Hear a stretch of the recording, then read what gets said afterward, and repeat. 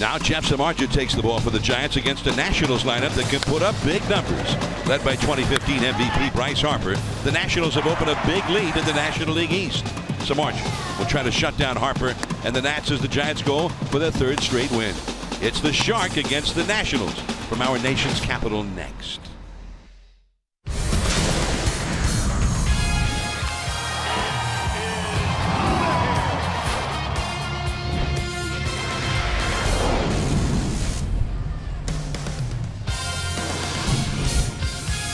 It's 3 hours later than we had hoped to start this ball game, but now we are ready to start it.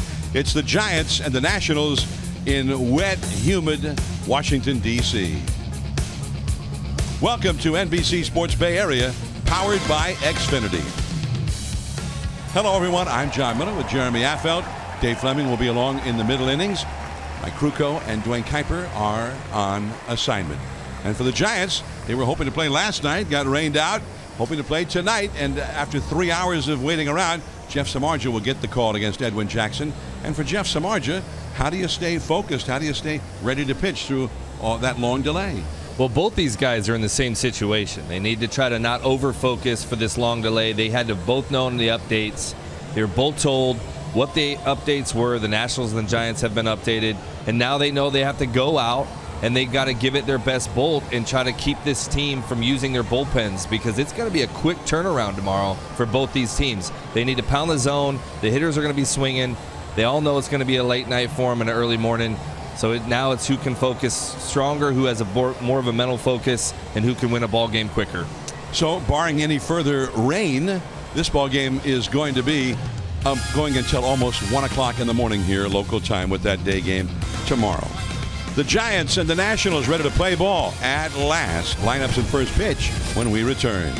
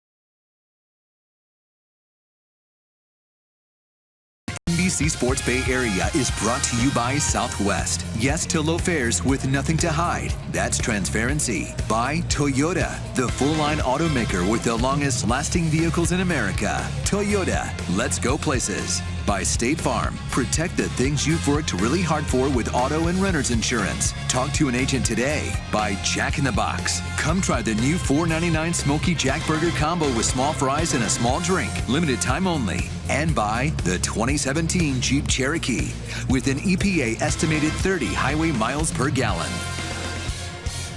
3 hours after it was supposed to have started, we are ready to play ball here in Washington.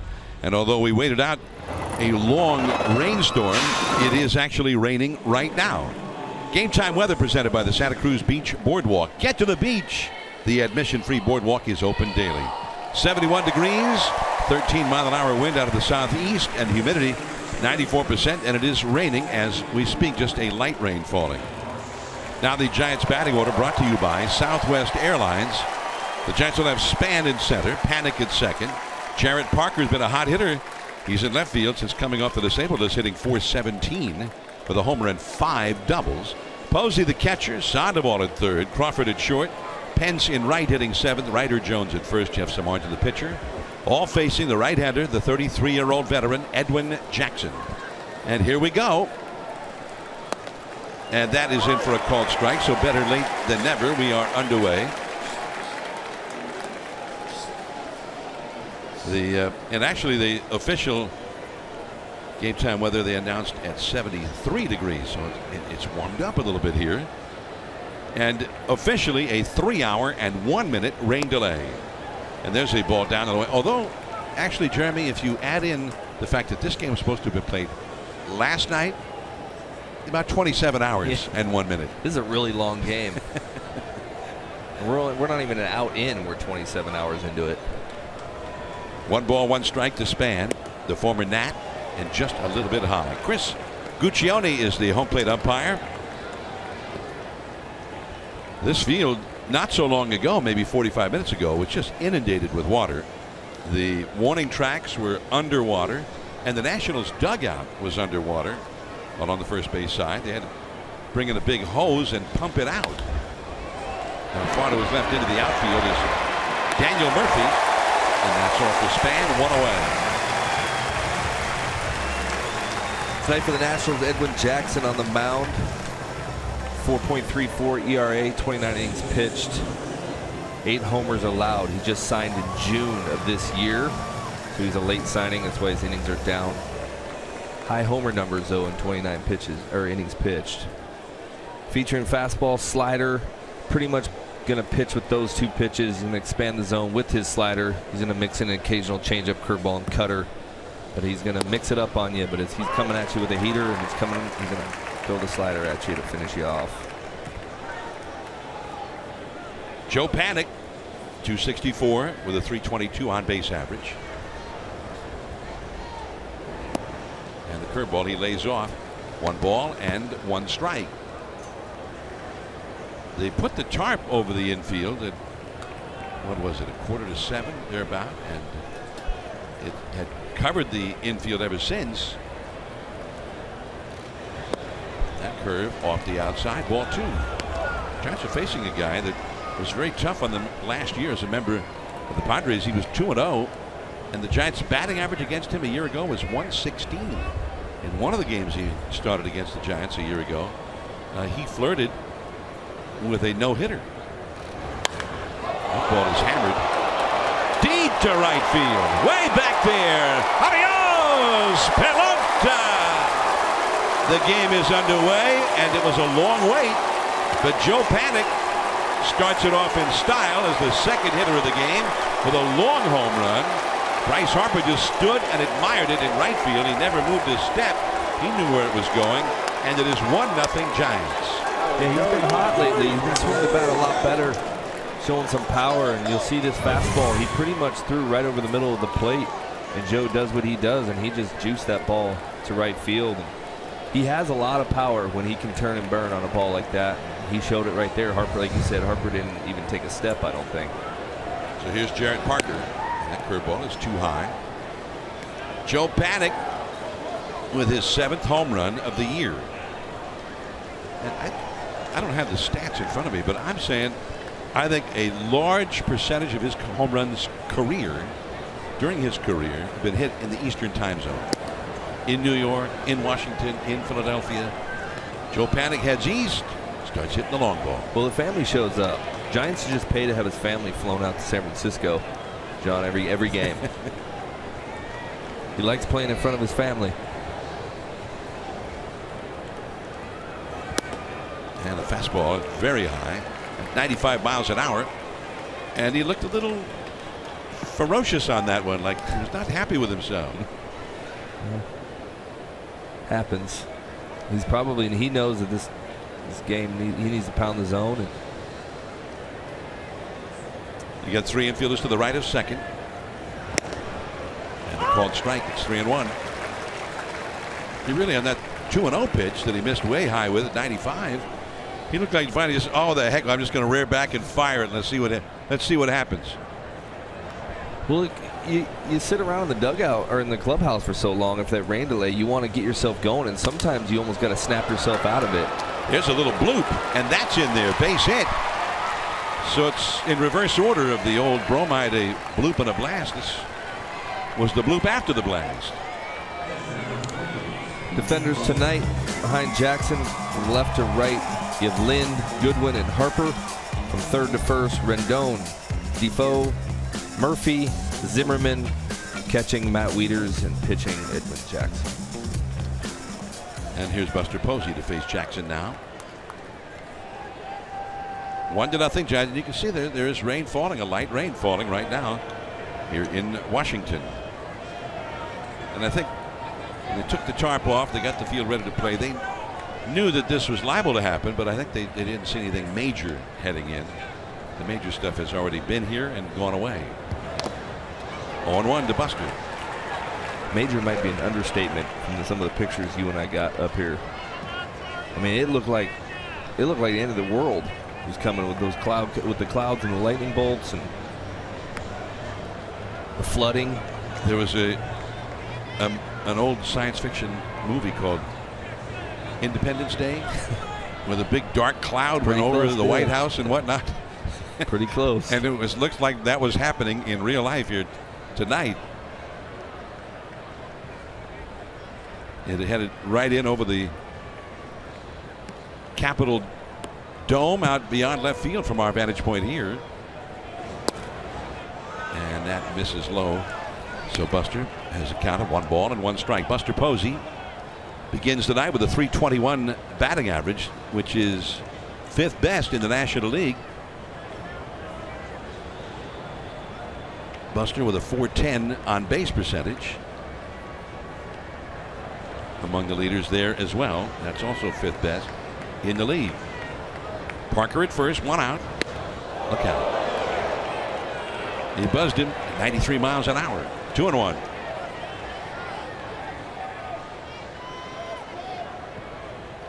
Justin Turner, the Dodgers, leads the league in batting average. Then Charlie Blackmon of Colorado, and 2 Nationals, Daniel Murphy and Bryce Harper, just in front of Buster Posey. So 3 of the top 5 hitters in the league are in our game tonight. Back and out of play. 2-2. Buster against Jackson. It has not been happy for Buster. Only 1 hit and 15 career at bats for him against Edwin Jackson. Yeah, sometimes pitchers just have your number. They don't know why. Hitters don't know why. Sometimes pitchers don't know why. You can throw a ball right down the middle to a great hitter and you can get him out, and other pitchers can paint balls on the black and they can hit homers on you. Sometimes it's just a matter of what guys can see, and if Buster picks him up. 2-2 the count. Runner going. The ball is inside. The throw goes into center field. Parker jumps to his feet on the pop-up slide, and over to third he goes. So Jarrett Parker steals second base and then just keeps on going on the bad throw. Parker's first steal this year. Gets a pretty good jump. When you get a good jump like that, you force the catcher to have to try to make a quick throw, and the ball kind of was a little bit inside on Buster, ready to throw around him. Look, he threw wide at second base, and advantage Giants. Phil Nevin, the third base coach, giving some information there to Parker. So Daniel Murphy was covering at second base, and he really didn't have a chance to get the leather on that ball. The infield stays back. So Buster with a 3-2 count and a runner at third, 1 out. Right back to the pitcher. And he freezes Parker and then throws out Buster.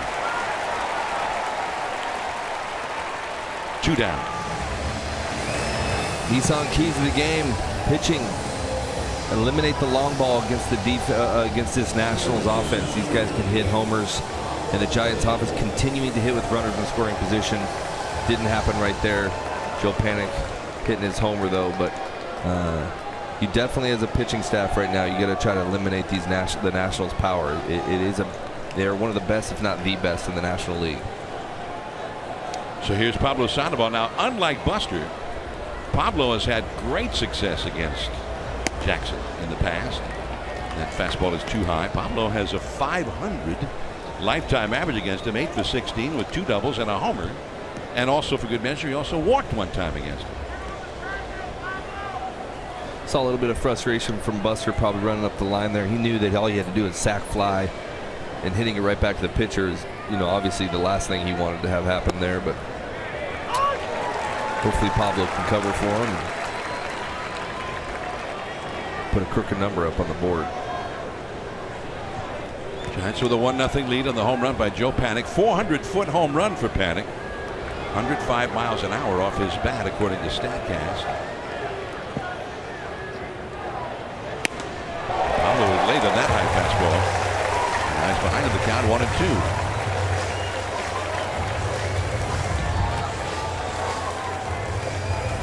1-2. In the rain in Washington after sitting through a 3-hour and 1-minute rain delay. Joe Panik's home run, first run of the game. But a runner at third, and Pablo's trying to pick him up. And unable to do it. He's struck him out swinging at 98 miles an hour with that one. Joe Panik, tell it bye-bye, baby, as Russ Hodges used to say. And Samardzija will go to the mound with a 1-0 lead.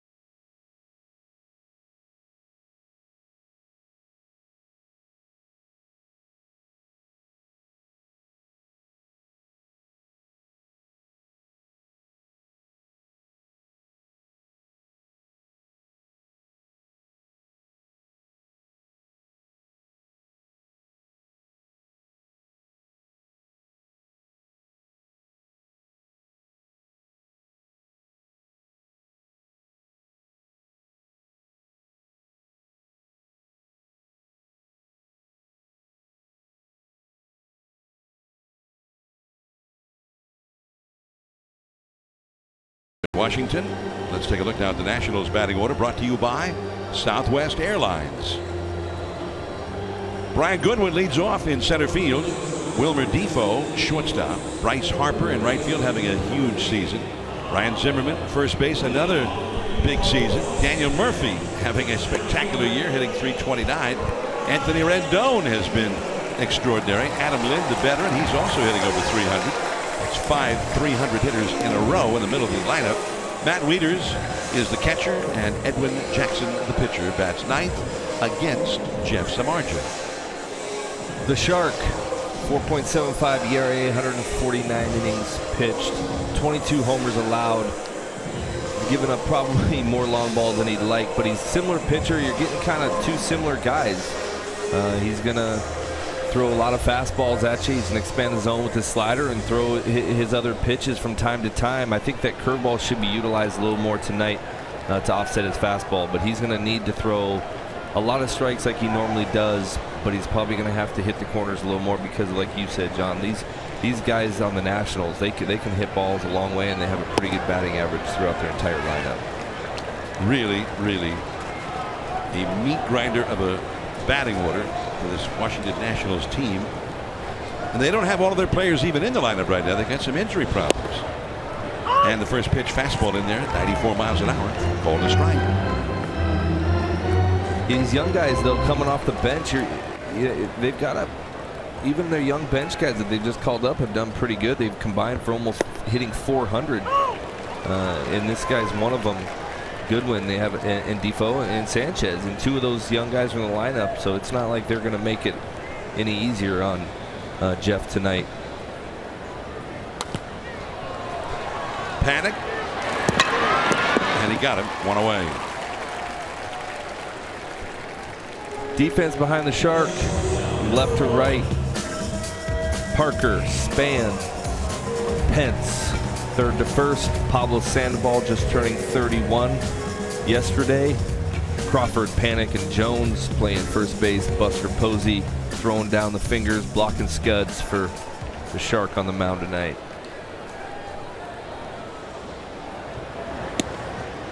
And Wilmer Defoe a little bit late on that high fastball. And it's 0-1.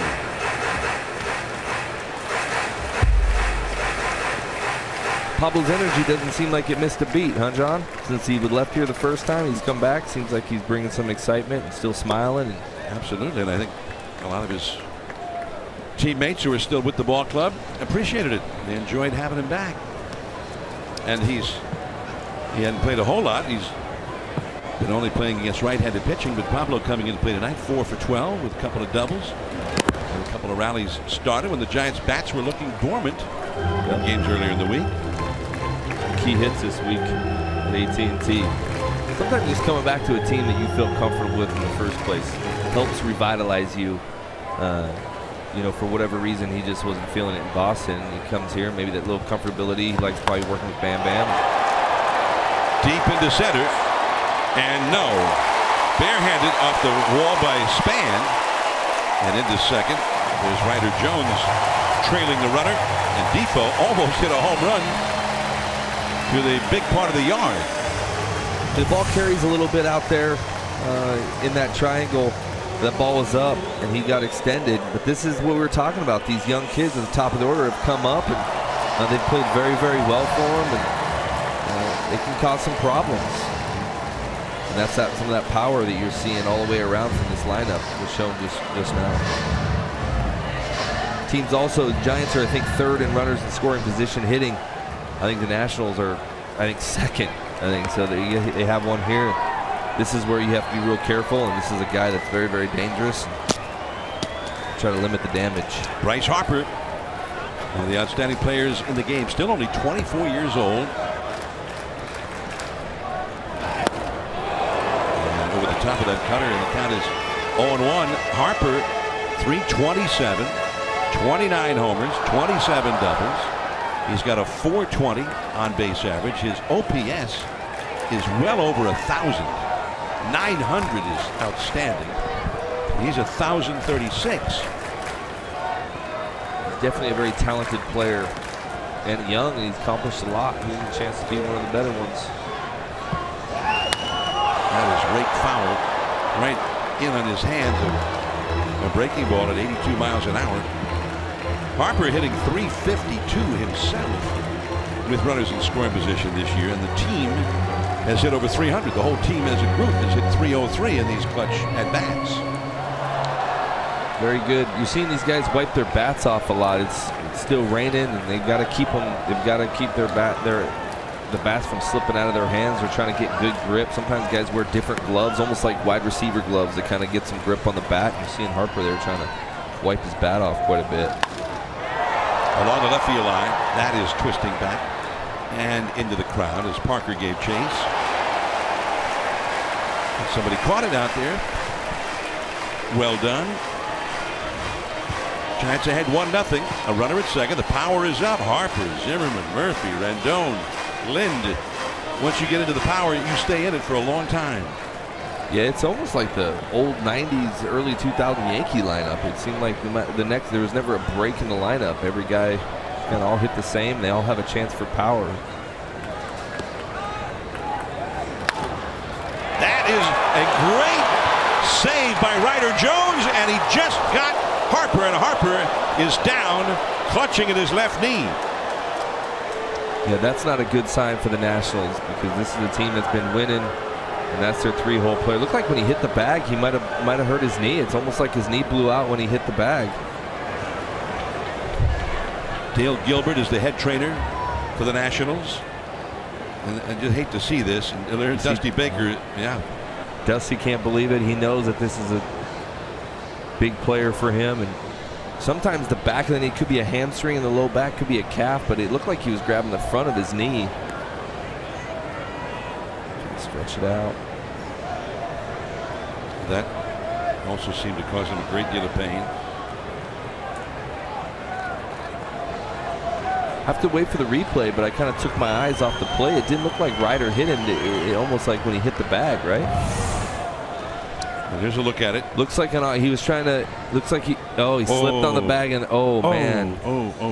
And see, that's what happens in these rain. The bag is slippery. He slipped and he kind of straightened his knee. I mean, that could be almost like a hamstring, knee, both. You see, this is that and then that right there. That's gonna hurt.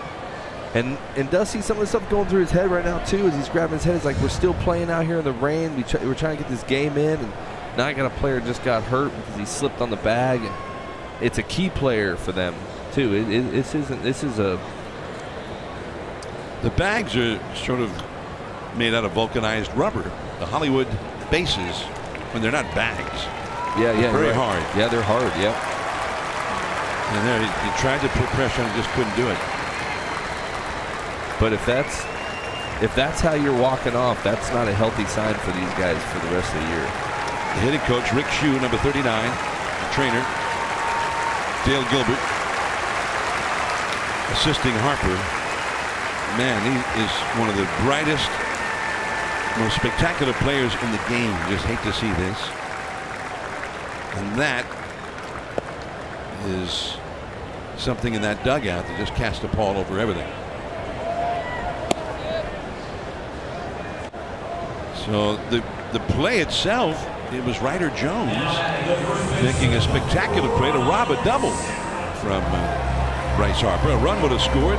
Harper would have been to second or maybe even third. He's got excellent speed. It looked like Jones was thinking about tossing the ball to Samardzija, covering, and then decided, man, he's getting there quickly. I better just take it. And Harper hit the bag a split second too late, and then the foot slid right across the bag. Yeah, he missed the front of that bag, and he stepped on the middle of it. He didn't try to avoid Ryder's step where he needed to step. It wasn't like he had to try to avoid the hit and Ryder. I think it was just he just missed the front of the bag, and you're stepping on the center of the bag right there, and it's slippery.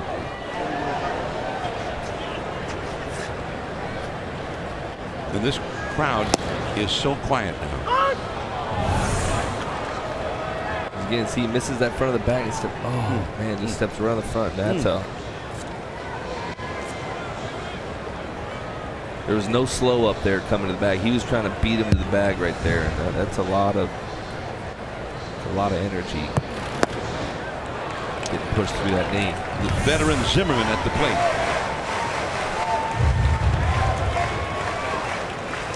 Man, he could have injured so many different parts of his body on that play. I don't even know if they know what he's injured yet.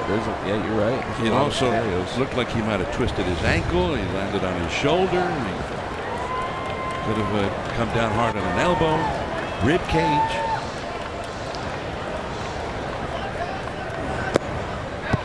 Two and two. And one thing about Harper, that's always the way he's played the game. Full out. Yep. And he's been hurt other times playing that way, crashing into outfield walls and the like.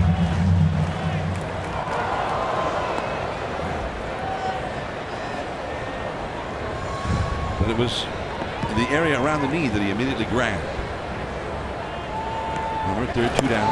Ryan Zimmerman, the veteran who came along as a #1 draft choice back in the days when the Nationals were still a team trying to rebuild, and he was their brightest star. He's had some injury problems, but this year he has bounced back in a big way, having one of his best years ever. That's out of play. Zimmerman is 32 years old now. He's a former first-round draft choice. He was the 4th player chosen in the 05 draft out of the University of Virginia, so he was a local guy from Virginia, not far away. This year, 307 average, 26 homers, 81 batted in. Yeah, I was talking to some of their guys over there, and they said he's just healthy this year. He's always been a dangerous hitter, but he seems to always get hurt and try to hit through injury. Where this year he is just healthy. He's backed off the plate a little bit, and he can hit.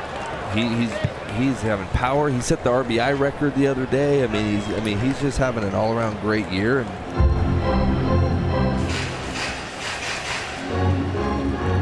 Zimmerman, Harper, Zimmerman, Murphy, who's on deck, Rendon. All four of those guys having exceptional years. They've been without some of their key guys. Adam Eaton got hurt early on this year, the guy they traded for to be their leadoff man. They played almost the whole season without him. Jason Worth, who's also a pretty good leadoff man, high on base percentage guy. He's been injured. He's still out. 3-2, runner at third. That's into left center field. And Parker, no! Defoe scores to tie the game. And Zimmerman, as he's done so many times this year, cashes in the runner, his 82nd RBI. It's tied at 1. He is locked in. He's been locked in all year. He's hitting doubles. He's taking his walks. He's hitting homers. I mean, here's a ball that's coming into him, and how he's standing off the plate right now. Ball's more middle right there if you don't get it in, and he hits that ball with some power in the gap, and you're seeing the 2 hits that have been given up are 2 doubles over the outfielders' heads, and that's what this team can do if you leave that ball up over the plate. This is a team where Jeff has to get that ball down in the zone, and he's got to utilize his off speed and keep these guys off balance, because anything up right now is going to get hit hard. Here's Daniel Murphy. 1 ball to no strikes. Murphy, the former Met, whose whole career just has exploded since he came to Washington. Murphy is hitting .329, 19 homers, 35 doubles. He's got 76 runs batted in and .382 on base average. The bloop. Parker, no. And Zimmerman, running hard with 2 down, scores easily. And it is 2-1 Nationals.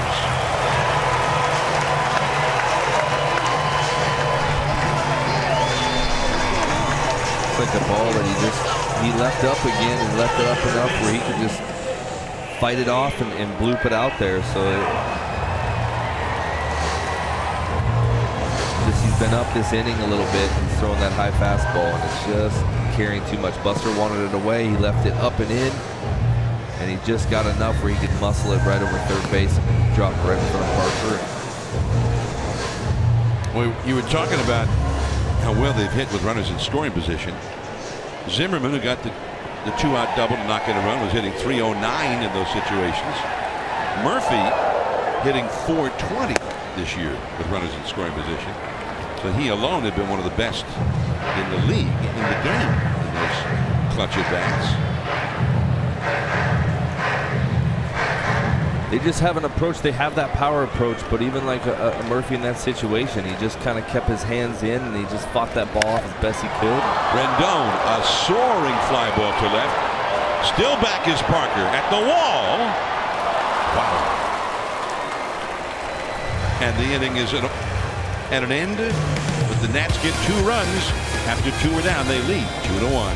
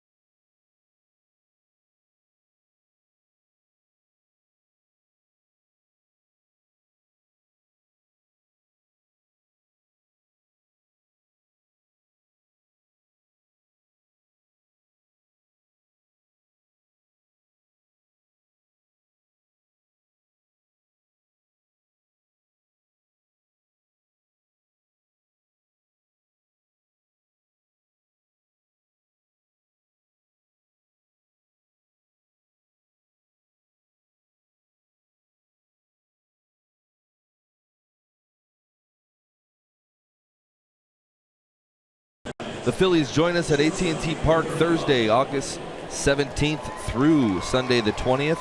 Thursday and Friday game times will be at 7:15.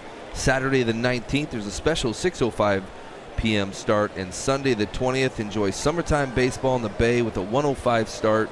Tickets always available at sfgiants.com. So here we go. Second inning, the Giants, who had a chance to get a second run, they had a runner at third base and only one out and a run already in the first, but they could not get that run in the Nationals and scored two. They lead 2-1 as Brandon Crawford takes ball 1-2 low. Crawford followed by Pence and then Ryder Jones. There is Andrew Stevenson, the rookie outfielder, now in center field, and Ryan Goodwin has moved from center over to right field with Bryce Harper out of the game. And a base hit to right for Brandon Crawford. He will, after taking the turn at first, hold on there. Goodwin's got a strong arm, fired that one back into second on one hop. But both teams haven't seemed like they've come out sluggish after all this rain. Offenses are swinging the bat. Well, they're rested, maybe eager to finally get out of the field. Giants had not played a game since Wednesday afternoon against the Cubs at AT&T Park. The Nationals played a game here Thursday. So now Hunter Pence will come up.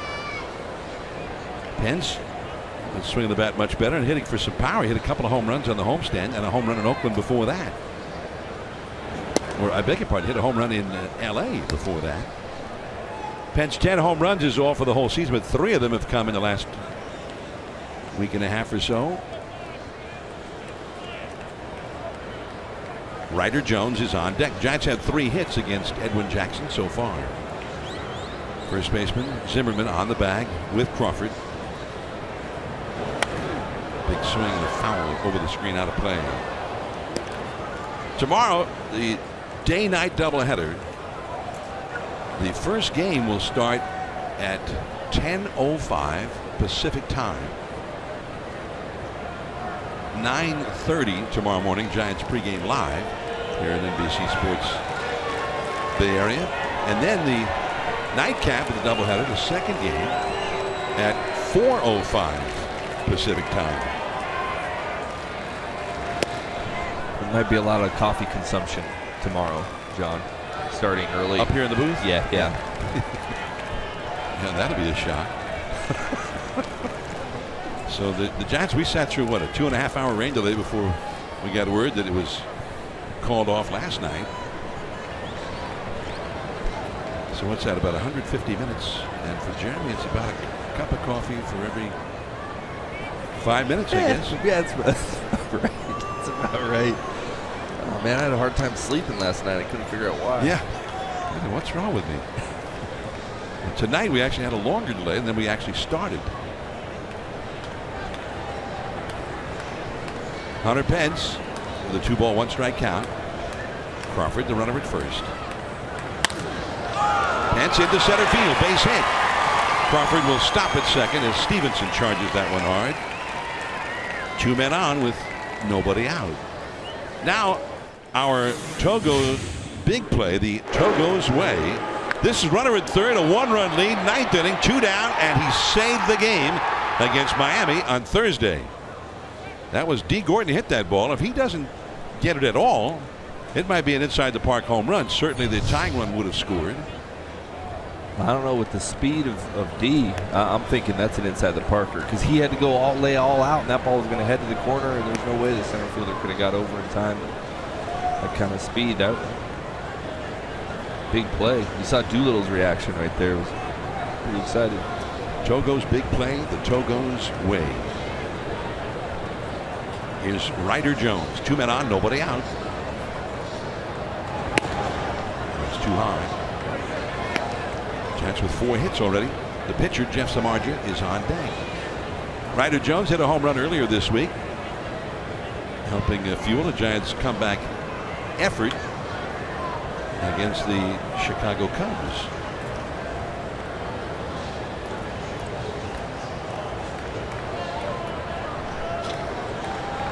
He's looking a little more comfortable second time around, huh? Being up here. He had a long home run against Jake Arrieta with the Cubs in the 6th inning on Monday. 402 feet into right center field over the 20-foot high wall. So he's got some power, and he made a great defensive play to rob Bryce Harper of an extra base hit and an RBI. Last half of the 1st inning tonight. Dusty Baker, he's had people talking to him over there, perhaps giving him word on what's going on with Bryce Harper down in the clubhouse.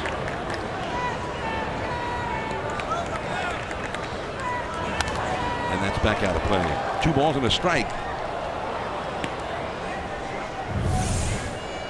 Here's the play that Ryder Jones made. And then the foot race to the bag in the rain, and Harper's foot hit the bag, slid right across, and then he writhed in agony, grabbing at the knee or that area.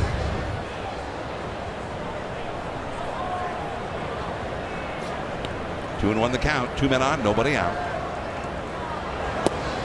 And he dropped in a curveball for a called strike. 2-2.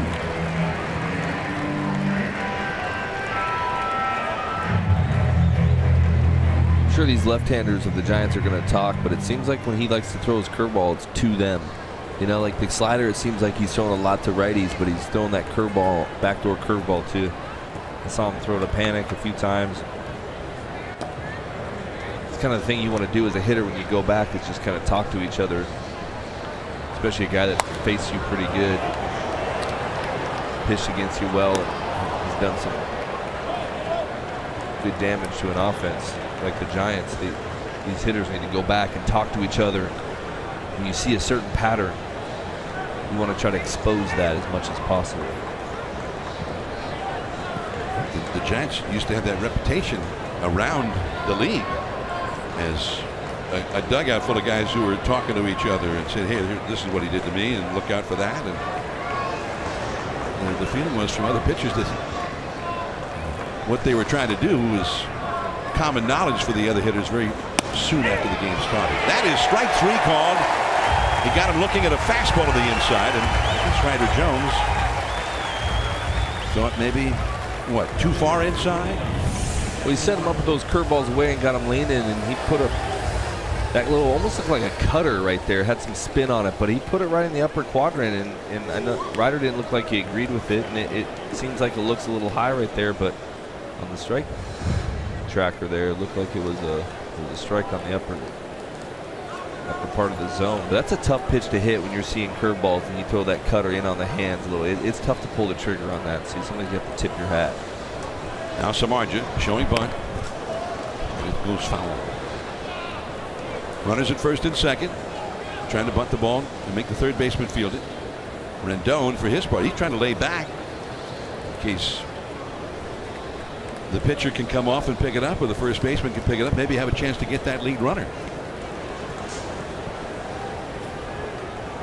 Jeff Samardzija, who has hit a home run and 2 doubles this year.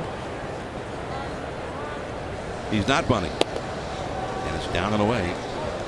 1 ball, 1 strike. In his last start, he clobbered a ball against the Arizona Diamondbacks that hit the very top of the wall in center field, and he was in his home run trot. He had to hurry to get a double on it. There goes the runner from second. Shallow center field. Stevenson in a hurry, and he gets there. Very shallow center. So Crawford had to hurry back to second. That's the biggest danger when you're doing a hit and run with a pitcher, is his ability to pop it up, or and if the hitters aren't paying attention, which Crawford is a pretty smart base runner, but if they're not paying attention, they keep running and they slide into one of the bases. That's an easy double play, but Crawford was able to figure out how to turn around and get back to the bag. The center fielder came in pretty quick right there. He ran a long way, huh? Catch that ball? I'm thinking he's pretty good. So here's Denard Span, the former Nat. There he is. Stevenson just into the game here in the second inning after the injury to Bryce Harper. Span grounded out to second his first time, and there's ball 1. Span versus Jackson Denard 5 hits, 21 at bats. He's also walked 4 times against him. So we've seen a lot of each other over the years. Jackson was a 6th-round draft choice by the Dodgers all the way back in 2001. He was only 17 years old.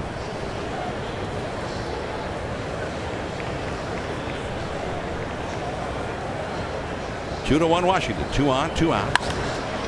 Along the left field line, slicing and off the hands of a fan down there. Foul ball. I think he's got to be close to setting the record for the most teams played for, though, right? Already in his career. I mean, it seems like he's played for 16 teams. I feel like he just bounces around everybody in the league.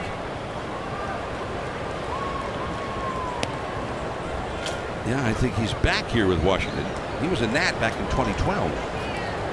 But unless I've counted any other teams that he was with more than once, that would be 12 different teams he's been with. That was close. 12, 16, same thing.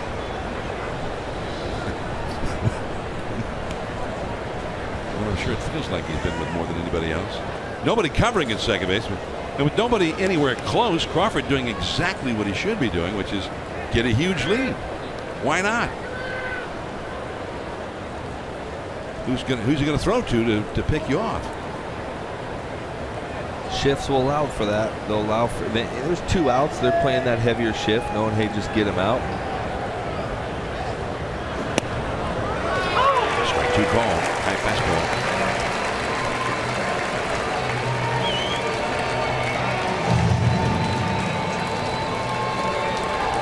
One and 2 to Denard. Span trying to do some damage here against his old team. Span has not been hitting well lately. Average has been in decline. Right now 268 for the year. And as usual, he makes the pitcher wait. He has that stance, the front foot turned in toward the catcher. 2-2.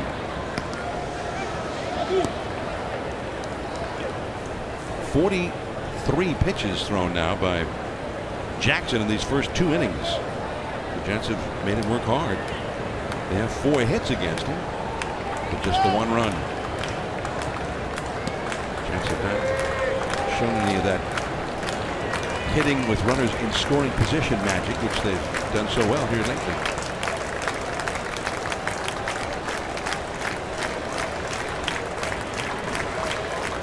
Working very slowly. Now Jackson finally ready.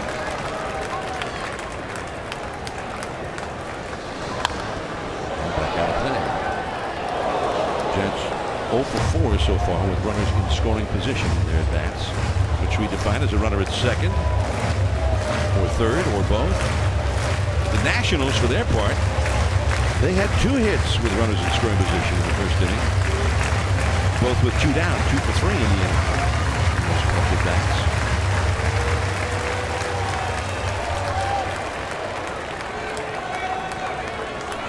Crawford at second, Pence at first, ready to run at the crack of the bat with 2 down.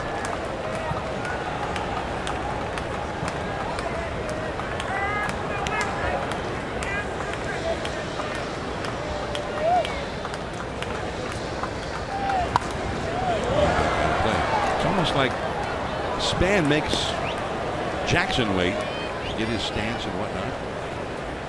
And then after he's finally ready, then Jackson makes Span wait.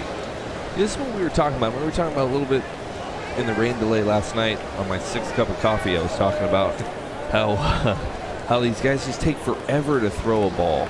Like you want to try to speed up the hitter. You don't want to get him real comfortable. And it seems like Jackson kind of walks around. He takes his time. He makes the pitcher wait, or the hitter wait. Excuse me. And you just have too much time. And the defense behind you they start to get flat-footed. They sit around. They're like, hey man, the game's starting late. Let's go.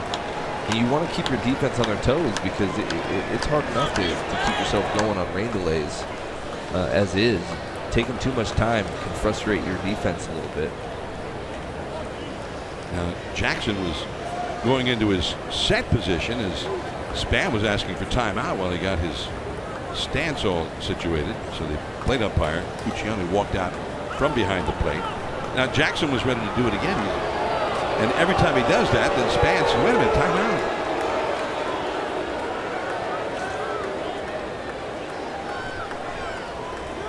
Two and two the count. 2 on, 2 out. Giants trailing 2-1.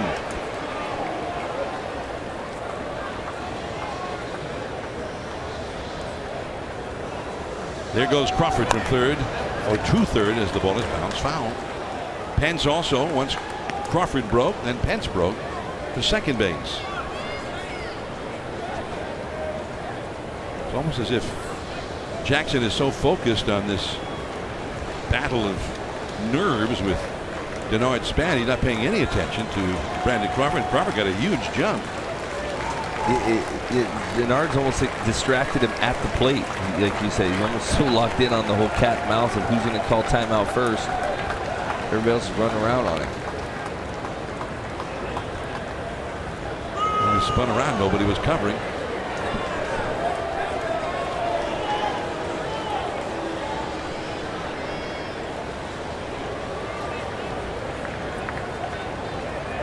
And the manager often will call that, right? Just if he's going on first move, maybe you can pick him off. Right to the second baseman, Murphy. And Jackson wins that battle, and the Giants cannot get a hit with the runner in scoring position. Trailing 2-1 to 1.5.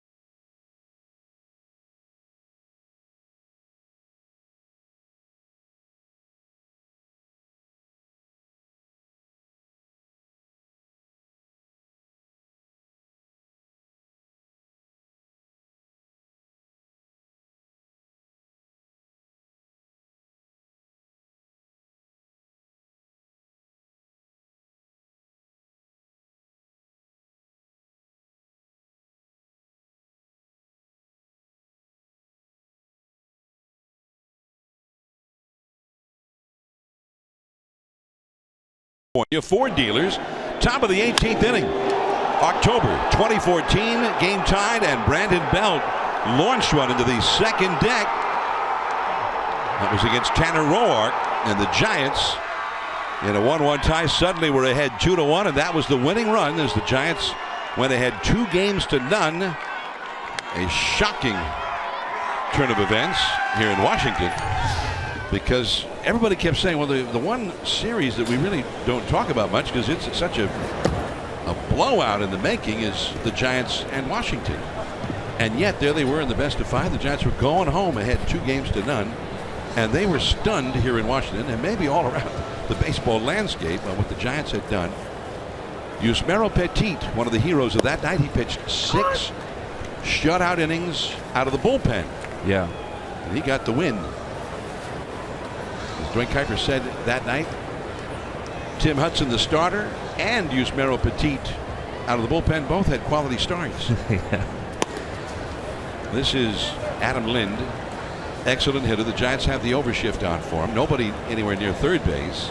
Pablo's playing short, and the other 3 infielders are to the right of second. There, you see how they've shifted. 2-1, Washington ahead. Off the inside, did he swing? No, said Jerry Meals, the third base umpire. 2-1 Nationals, last of the second. The rain, I think, has gone away. And maybe we've seen the last of it. At least the forecast for tomorrow is excellent all day long. That's ball 4. A leadoff walk to Adam Lind. Xfinity X1 customers say, show me the San Francisco Giants into your X1 voice remote and get live stats on your TV. Change the way you experience TV with Xfinity X1. Dave Righetti, and the Giants pitching coach is not used to seeing Samardzija walk anybody because he almost never walks anybody. That was the 23rd walk of the year in 150 and 2/3 innings. Matt Wieters takes a strike. I think Samardzija thought he had strike 3 to Lind, or strike 2 rather, instead of ball 4. Lind's been quite a surprise for them. He was a huge guy in their plans coming into spring training, and when they left, and I don't think they saw him as a .337 hitter. He's always been a decent. It's Toronto, who's a pretty good hitter, Milwaukee, but this is definitely a team he's come to, and he's been a pleasant surprise for them offensively, putting up the numbers he's been putting up. The pop up, Pablo, and that's all for Matt Wieters. Lind holding on at first. Especially at home, Lind's hitting .337. I mean, their team's hitting really well. I think they're hitting almost .300 at home anyway, but he's one of the guys that stands out for them in this ballpark. We came up with Toronto back in '06 as Edwin Jackson comes up, and he was a big home run hitter. Hit as many as 35 home runs in a season while playing with the Blue Jays. 26 homers one year, 23 another year with 23, and one year he hit .321 in a platoon role, and hit 20 home runs last year for Seattle, 20 home runs the year before for Milwaukee. Bunted at and missed. 0-1. Adam Lind, who is now 34 years old, and playing a little bit more maybe than you might have thought, because Jason Worth is supposed to be the everyday left fielder. Adam Eaton was brought in to be the everyday center fielder. So Lind, who's maybe going to be a utility guy, sometimes first base, give somebody a day off, pinch hit. No bunt there. Big swing and a miss, and it's 0-2. But Lind, with all the injuries, and he's been their super pinch hitter. 13 for 33 as a pinch hitter with 3 pinch hit home runs. So Jackson with 1 out, runner at first. He's 0 for 5 as a hitter. A little confused on that call by our boy Chris behind the plate. Guccione played curveball. It was right down the middle. I think he's been a little inconsistent, and his strike zone has looked pretty small all too often. And he does come back and get him. Here's that curveball I was talking about. Buster even kind of didn't really look a little confused. I mean, it did back up. It wasn't exactly where that, but it's still a strike. And you saw both Buster and Jeff just kind of sit and look at each other in disbelief there. Almost like Guccione didn't even think that it was going to. He almost tried to guess along with him. Like it's probably going to be a fastball. Almost buckled him a little bit. You'd think if the game starts at 10:30 or whenever it started, we would probably get that call right now. And I think it's been kind of the opposite. I think he's had kind of a small strike zone. Yeah. He's third base tomorrow. He doesn't need to be awake for that. First game of the doubleheader, he's good. Tomorrow. Was that a check swing? Yeah. No. He swung. And that's low to Goodwin. 1 ball, 1 strike. Brian Goodwin. This guy was not playing a whole lot, and then by June the 1st or whatever, which is 2 months into the season, didn't have a single home run. And now he's got 13 home runs coming into play tonight. And it's back out of play. Grounded out to second. leading off in the first inning. So Goodwin has been a guy who has really helped pick up the slack. Another young guy for the Nationals. Goodwin, only 26 years old, out of the University of North Carolina. He was the 34th player chosen in the 2011 draft. That's the round after the first round, the sandwich round. He's got a base hit to center field. Lind goes to second. Fourth hit for the Nationals. I'd like to see this situation right here with Jeff bear down with 2 outs. It's a couple innings in a row now. He's gotten 2 outs, and they've kind of picked up some hits off of him. And this is the Nationals aren't really the kind of team that can do that you can do that to. You don't want, with their ability to hit with runners in scoring position, you get 2 outs, you really want to try to put that inning away as quick as possible. And Jeff obviously knows that. He knows he needs to try to get that third out as quick as possible. You just don't want to let anything start to roll here, because good teams, when you start to give them life, even with 2 outs, they can score and they can hit in these situations very, very well, and you don't want to let this thing get out of hand. Ball 1 to Wilmer Defoe. Defoe, who crushed one off the center field wall his first time for a double, starting the 2-run first inning rally. Defoe, who is from the Dominican Republic. That's a called strike.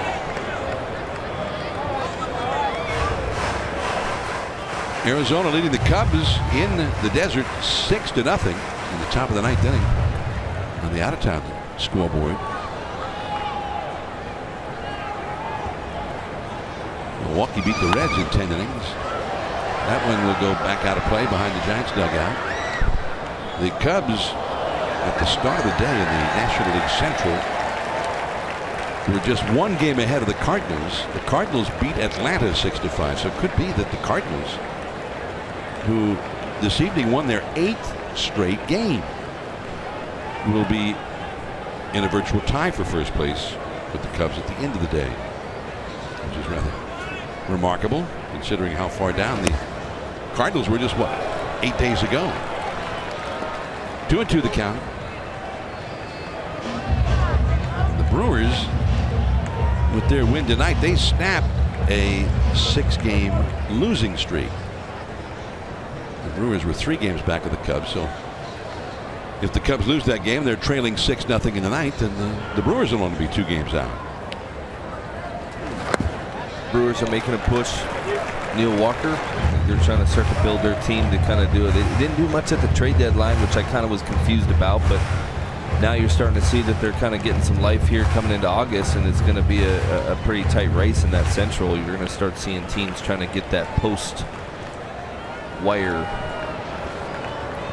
trade movement going. A lot of things available right now, I'm sure, around the league.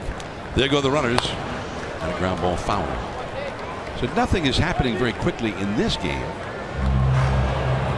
It's 46 pitches thrown now for Jeff Samardzija, and his counterpart Edwin Jackson's thrown 47 in the first 2 innings. This game did not start until 10:06 Eastern time, after a 3-hour and 1-minute rain delay. 2 men on, 2 men out. There go the runners. And it's strike 3 call to the inside corner. And Defoe is rather shocked and argues with Guccione. Panic, Parker, Posey coming up.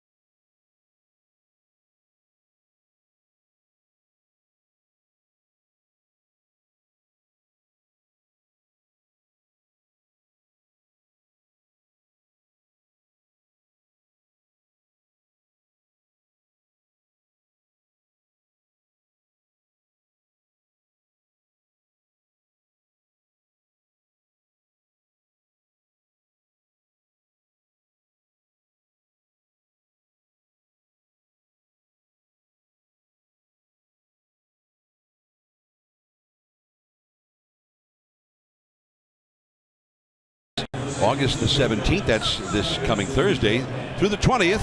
On Sunday the 20th, the first 20,000 fans attending will receive Kruk and Kipe socks, courtesy of Good Neighbor Pharmacy.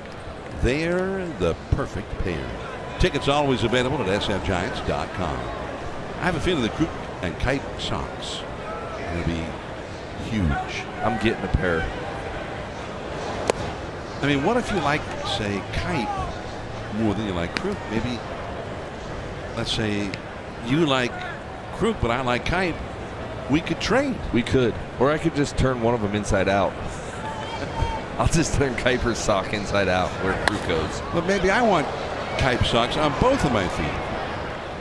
Well, he's on a beach, I heard, while we were in rain delay, so I'm going to give all my Kipe sock part away. I know, and I'm sure as soon as he heard there was a long rain delay for the second night in a row, he was so jealous of us. Man, I picked the wrong time to take a beach vacation. Here's Jarrett Parker, who singled his first time. Joe Paddock, who homered for the Giants' run in the first inning, retired here rather quickly. 2-1, the Nationals are leading. That was a cut to it on the inside for a called strike. 2 runs, 4 hits, and 1 error for the Nationals. 1 run, 4 hits, no errors for the Giants. Jarrett Parker just keeps getting base hits. Base hits and hitting for some power. Even his outs seem to be going to the warning track. I think one of the things the Giants have been trying to look for is a little more power in the lineup. And since Jarrett's been brought back, he's just shown a lot of power. He's shown the ability to hit some gap-to-gap, some really far home runs, and even some of his outs have been warning track outs, which allow runners to move on the base paths. He's been a breath of fresh air, I think, for that lineup since he's been called back up. Tonight got a base hit and then stole second. That's too high with a changeup. 2-1 the count. Giants got one of the first. They had a chance. Parker stole second and went on to third on a wild throw to second by Wieters that went into center. But the Giants could not get him home. Posey had a comebacker. Sandoval struck out. That was the end of that. They had 2 men on, nobody out in the second inning, and could not score. Jackson making him wait. Jarrett Parker, we've seen him hit a lot of home runs. Got enormous power. Over the outside corner, strike 2 call.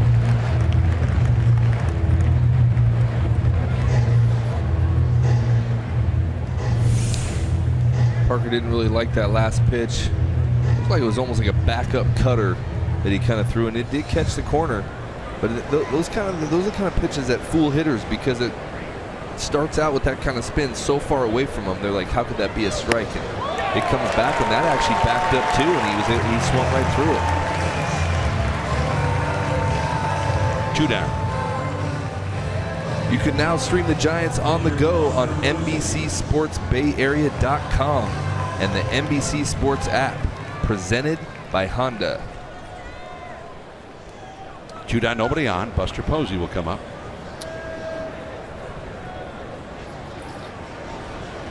Buster was not supposed to face Edwin Jackson this weekend. At the knees for a called strike. 96 miles an hour. Buster was not in there last night to get a second day off. But I guess if you're Bruce Bochy, you finally say, he's had 2 days off. He's my best guy. I can't give another day off. There's a swing and a miss, and the bat flew out of his hands. Went right at Bam Bam. It's a message. If I don't hit this guy better, I'm going to hit you with the bat. Hitting coach better clean it up. He is now 1 hit in 16 at bats versus Jackson. Send the message. Seeds flying out of his mouth.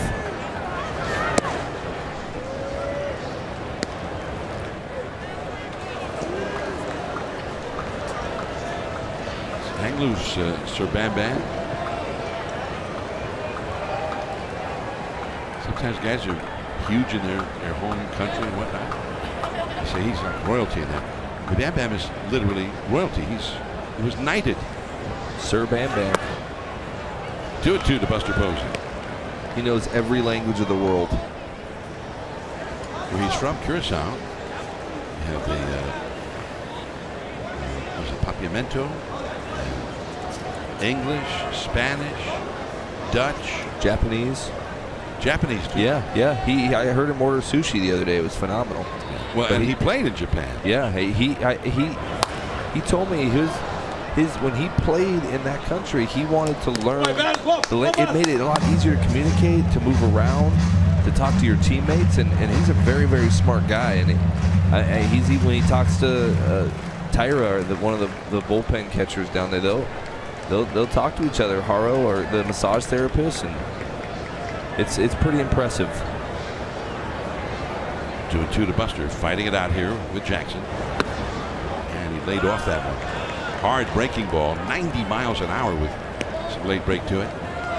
Somehow he kept from going after it. 3-2. It was 0-2.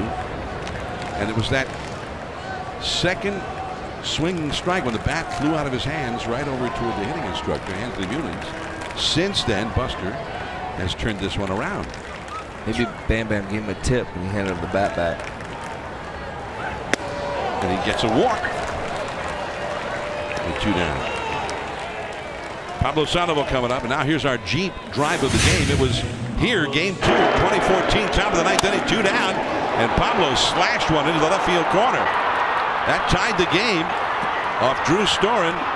Joe Panic scored the tie run. Buster tried to score the go-ahead run and got called out at the plate. And here is Buster 3 years later at first base, and Pablo at the plate again.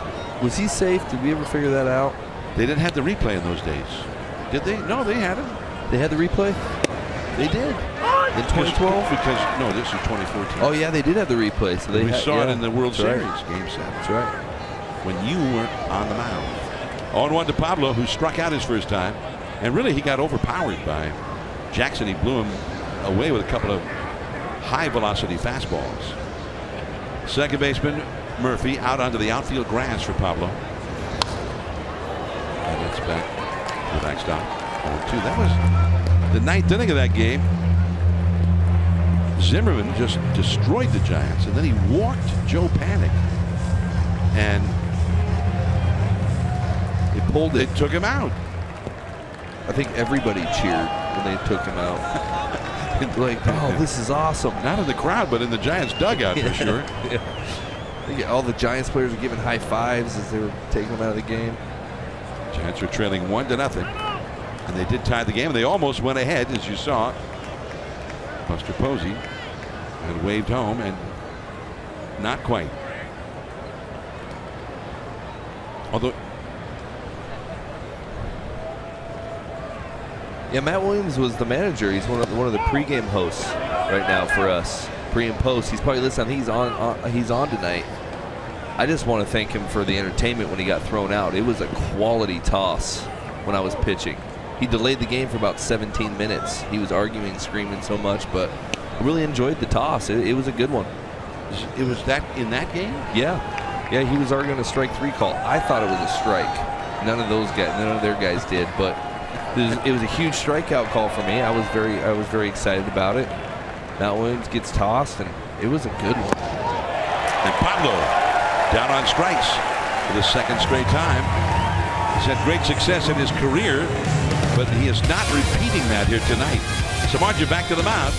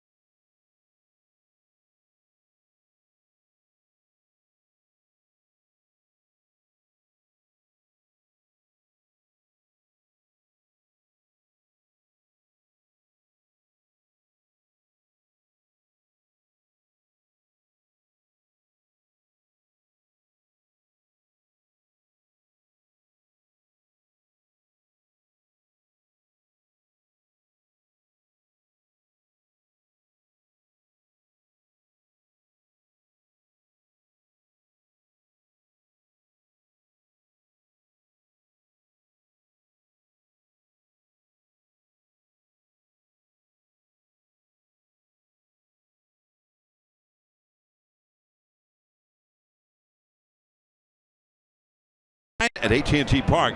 McDonald's true stories. Juan Uribe with this game-ending home run against Guillermo Mota of the Dodgers. Last of the 10th inning, and the Giants beat LA 4-2. Bruce Bochy was ejected in the top of the 2nd inning of that game by umpire Gary Darling for arguing a pickoff play. In the last of the 5th, the benches cleared when Pablo Sandoval got into an argument with catcher Russell Martin. And then acting manager Ron Wotus was ejected by the same manager, Gary Darling, who ejected Bruce Bochy. And then Tim Flannery ended up being the manager at that point. He tells that story. He was not prepared to be a manager that day. Flannery has to be prepared for a lot of things. I mean, he focuses so much on being a third base coach. To make him a manager, that's the tipping point for Flannery. Well, he got the win. He got the win, but I think his nerves went up. I think they had to put him on a prescription after that for the rest of his career. Did he continue to coach third base as the acting manager? You remember? I'm thinking that he did not, though. I think Kelly went to third. I feel like. I might be wrong.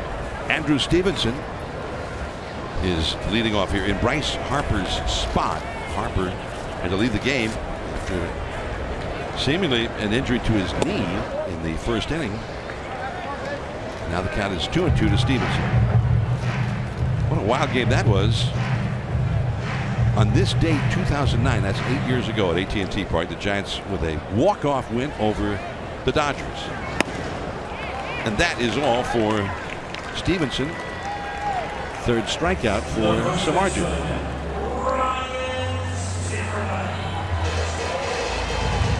Dave Fleming over in the radio side, the KNBR radio booth, and he'll be moving over here to the TV side in the middle innings. Stay tuned for Dave. He's been all by himself over there in the radio booth with the producer and engineer Darren Chan ever since last night. 27 hours. 27 hours by himself over there. On the TV side, we go into the rain delay. We say, now here's legends, Willie Mays. Now let's go back and look at the 2014 World Series. And Dave was over there running a talk show and talking to the fans. Oh man, I tell you, we sent some pizza over to him today.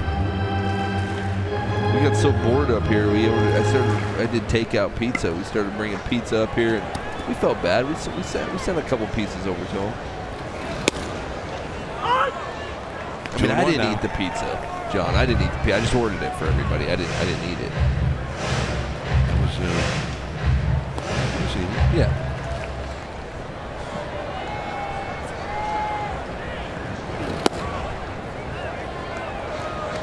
So now it's 3-1. Samardzija has been more iffy with his control tonight than in almost any game in the last, 3.5 months.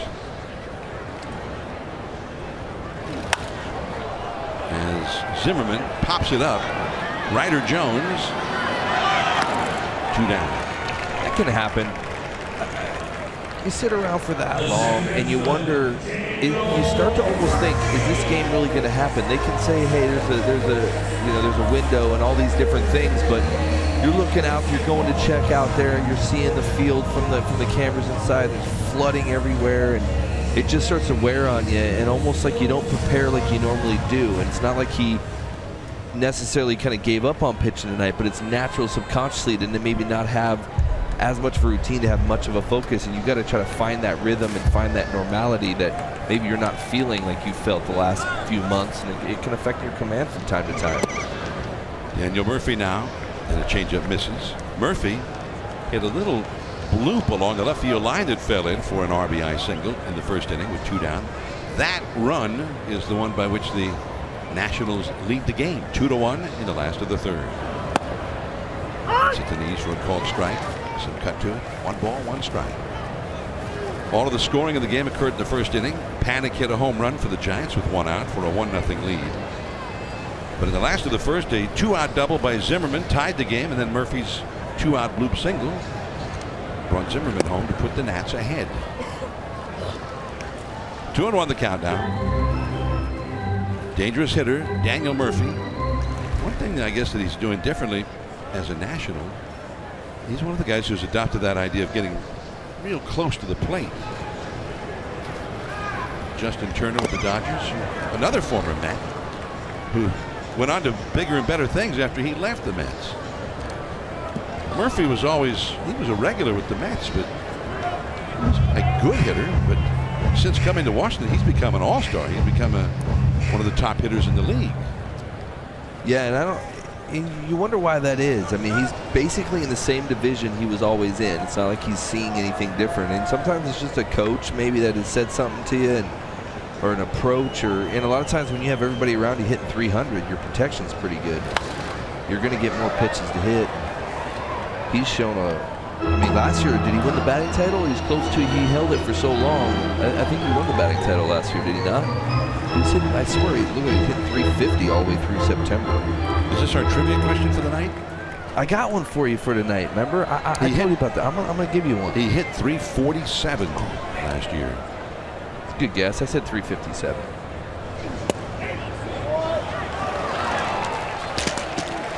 Dave Fleming coming over. The Giants trailing 2-1. Crawford, Pence, Ryder Jones coming up.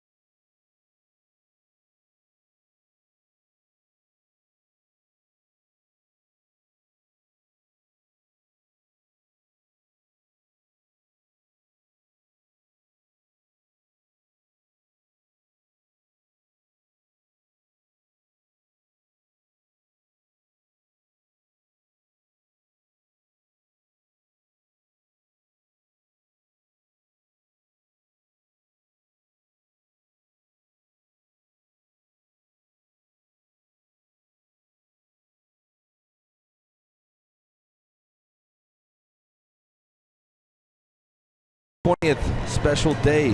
Join Mike Krukow as he hosts a VIP panel on Gamer Day. Your special event, you will get a pregame, it is a pregame open mic event.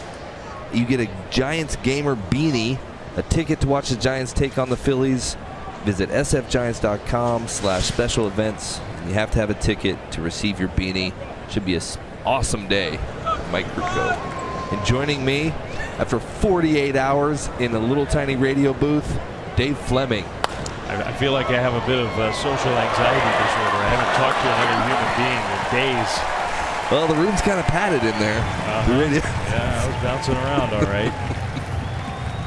We sent over some pizza to you. Yeah, and I enjoyed that. I did.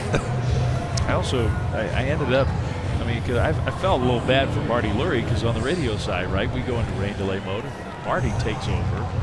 So he did a 3-hour pregame, and then he's supposed to cover 3 hours after rain the game. delay, and then he's doing after the game. So I ended up talking to him for like an hour and a half during the delay.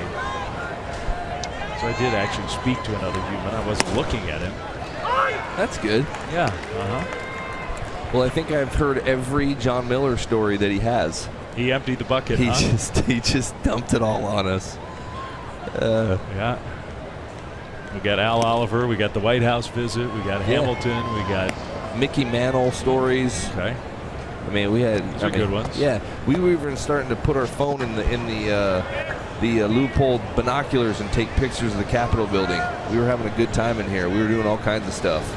It's great. I try to tell John, you can buy a little attachment for your phone. It's not that expensive, but he likes to use the binocs. Yeah, He's like trying to hold it on. And he's like, come over here and hit the button for me. So we have like 3 of us trying to take a picture through a binocular. Meanwhile, I was talking to Marty Lurie. Space and contemplating my own existence. There's a half swing by Pence, 2-2. Sounds like you guys had fun. Yeah, we had a great time. You do need the binoculars in this park. Ooh. You're up here. We're up here.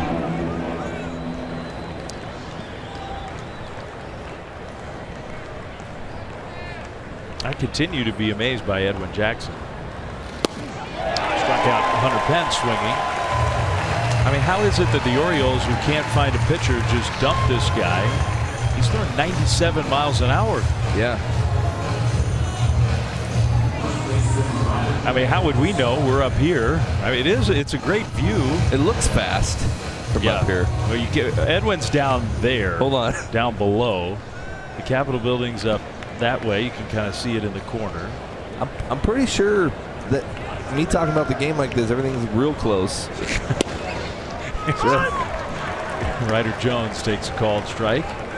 I can definitely pick apart the umpire with these binoculars the whole time, but man, I didn't realize how high we were until I came up here yesterday, and it was amazing. And it is a different perspective on the game. There's some things you see that maybe are valuable in a way, but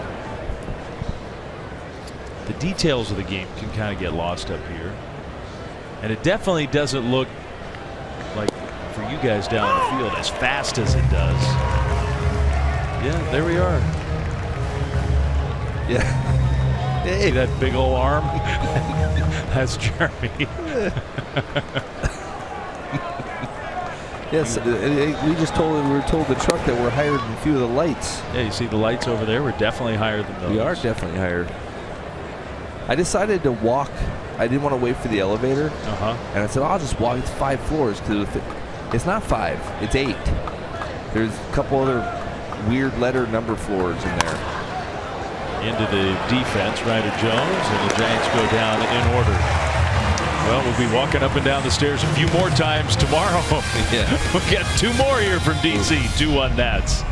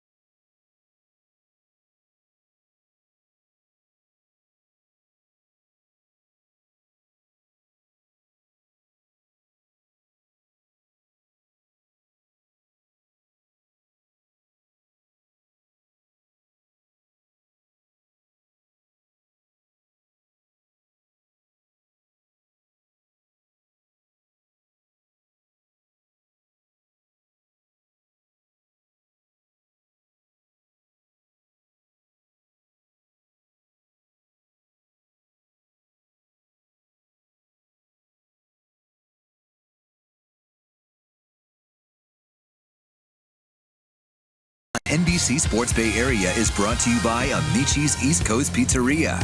When you want the best pizza in town, Amici's delivers. By Big O Tires. Tires, service, straight talk. Big O Tires, the team you trust. And by Provident Credit Union Super Reward Checking. We pay you. Well, it has turned into a beautiful night here in Washington, D.C. It is 2-1 Nationals, bottom of the 4th after a 3-hour rain delay.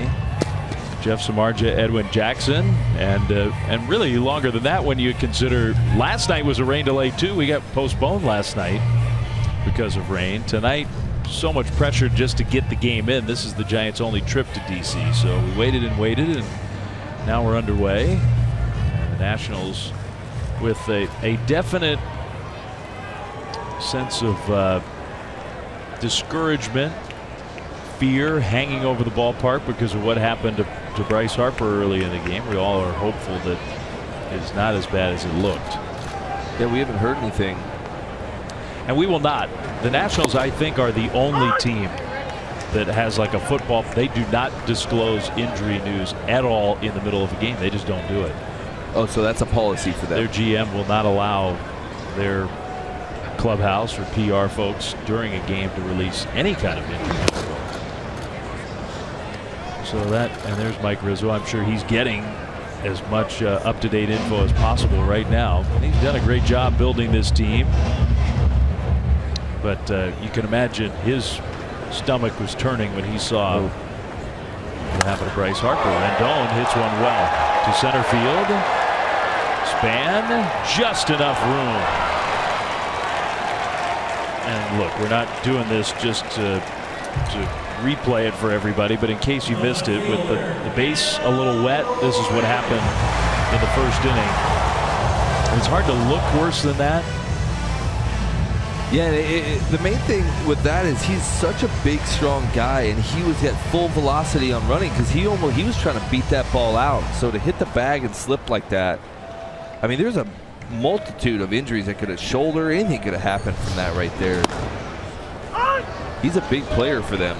It'd be a tough loss if they had to lose him for any lengthy period of time. Yeah, and I think Nationals fans right now would say, just get him back for the playoffs. We do not care, just get him back for the playoffs. That's creeping up on us. I mean, Dusty Baker, as he was coming out, couldn't hide it. You try to be stoic and stone-faced, and you just couldn't do it. And that's their MVP candidate. And I would just say, just from experience with football and basketball, where those kind of injuries are more common than in baseball, sometimes that looks worse than it is. And I think that's the hope for the Nats, is that hyperextension, sprain, whatever, but no real significant ligament damage. That is a hard hit ball by Adam Lind for a one-out single. And I know from the player's perspective, from the athlete's perspective, when that happened, it just feels like your whole knee exploded, even if it didn't. So the pain, but also the shock of what just happened, can sometimes make it look worse than it actually is. Sometimes those things can calm down pretty quickly, and I think for all of us who care about the game, we'll hope that's the case for Bryce Harper. Yeah, and he's so strong. A lot of those injuries, if your muscle strength is good, it can actually protect that knee. Yeah. And he's obviously in very good shape. So I think you're right. I think they're hoping the best. Worst case scenario, just take some time off a little bit, but get back for the playoffs. I think that is a big scenario for them that they're going to want to see play out. I mean, it's win of the playoffs or bust for this team. They've been good for a long time. They've got maybe their best team now. They got a huge lead in the division. Playoffs are not locked in yet, but are sort of a foregone conclusion. And they've picked up a pretty good three-headed monster in their bullpen. They have a bullpen now that can help them, and you're seeing the two guys coming over from Oakland. Madsen throwing 100 miles an hour the other night. And Doolittle's just comes right at you, and they got the Kinsler guy from Minnesota, and those guys seem to be slamming the door on games. And when it comes to a winning formula, they have the offense, they have the power. Starting pitching, they probably missing Strasburg a little bit, but they still have it, and they have guys that can close out games if you can get the starters through the sixth. And you're right. This is a winner or bust here situation for the Nationals. And they think Strasburg's going to be back. They're slow playing him, just kind of taking it easy because of where they sit in the division. So they should have Scherzer, Strasburg, Gio Gonzalez lined up for the playoffs. They can match up with anybody. Trey Turner should be back. He's out. Jason Worth should be back. He's out. Adam Eaton will not be back. But the other guys who are key contributors, Michael Taylor is going to be back. That ball is hit down the line. Pence chased but can't get there. Just a foul ball. Anyway, they've had a ton of injuries this year to some of their top players. But maybe the one that they can least afford has happened tonight, and now they just get to hope. And Trey Turner, I mean, he's a dynamic player. The question for him, he started to do some baseball work. Can he get back with a couple weeks left just to get some timing down for the playoffs? I think his quote was, we don't want this to be a Schwarber situation where you just drop in the World Series. You hope to get some games under your belt before the playoffs start. Yeah, that guy, he can provide some. I mean, he's so fast. He causes a lot of errors to happen because he kind of forces guys to throw balls and try to make plays they can't make and rush the throw. He is really talented. Posey gave that one a look. Still 2-2.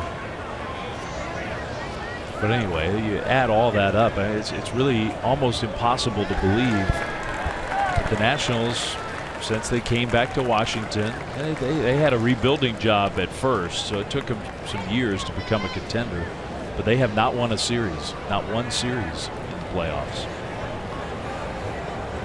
Time for them to do that. Yeah.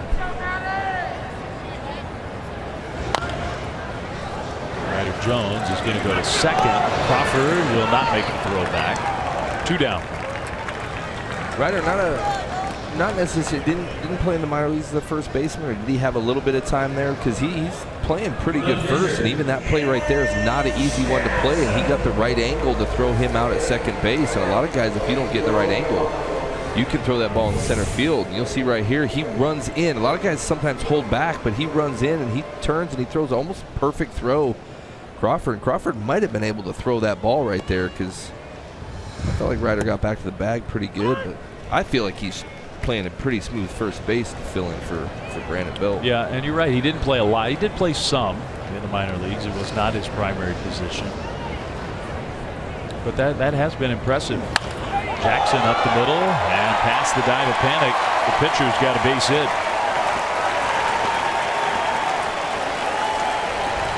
He's always been able to hit. 2 on, 2 out for Brian Goodwin. Fastball away, just kind of ran back to the middle. And largely anything throwing strikes has not been an issue for Jeff this year. I think a lot of times it's about where his strikes end up. And his ball has so much tailback. He's trying to throw away, and sometimes he doesn't start that ball away. He starts it where he sees Buster's glove, and it comes back to the middle. And he needs to start that ball off the plate. I think if he started starting those balls off the plate a little bit, he'll get a lot more free strikes, called strike 3, back, or you'll get a lot of late swings. But when that ball runs back to the middle like that, guys are just swinging and they just run into it. And I think that's been a little bit of his hiccup this year, is his plate coverage on his fastballs.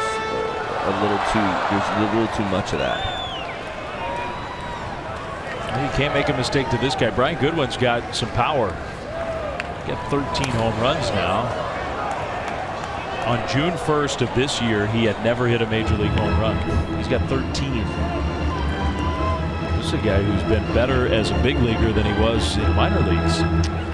And it's amazing how you get up here and then you have a certain lineup. You've got certain guys that it's hitters. You can pick their brains. A coach maybe kind of showing you a few things, hitting coach. And Matt Duffy was a lot like that with us. He kind of started hitting homers and he didn't really hit any in the minor leagues, and kind of developed into a good overall hitter with some power, showing signs of power. Yeah, that's a pretty good example of a guy who got better as he climbed the ladder and played his best ball at the highest level. And Brian Goodwin's doing that for the Nationals. 2-1 Nats. We're in the bottom of the 4th. This wet night in D.C.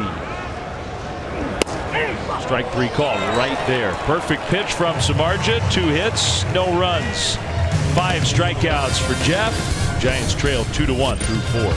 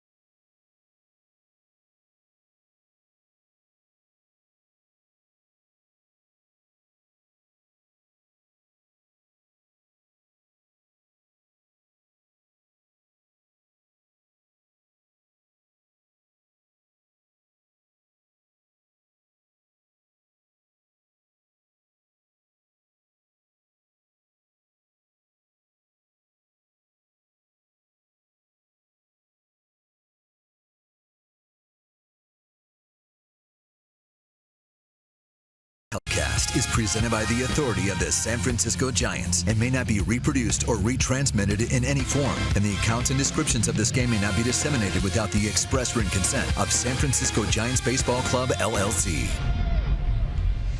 It is 2-1 Nationals as we go to the 5th inning here in Washington, D.C. And we get a chance to remind you, esports coming to NBC Sports Bay Area in a first-of-its-kind tournament. The best players in the world in the Rocket League video game face off in a 2-on-2 competition in the West Regional Final. Overall purse of $100,000 at stake. Tomorrow, 2 p.m. on NBC Sports Bay Area. And I guess we'll just sort of fit that one in between the games of the doubleheader. But $100,000 on the line. $100,000. I might need to take a video game play for $100,000. The You have winner some gets free $100,000. time. You do. Yeah, that's a good point. Jeff Samardzija cues one over the pitcher. Murphy will throw him out. So that's out number 1 here in the 5th. I mean, not that there's anything wrong with that. He worked hard for a long time. Now it's time to take a little break.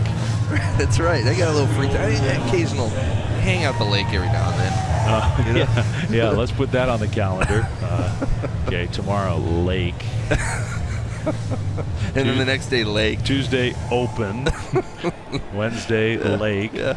I'm writing this down. I hope my son doesn't see that because I'm trying to get him off the video games. But he sees $100,000. He's like, Dad, I can win $100,000. Career move.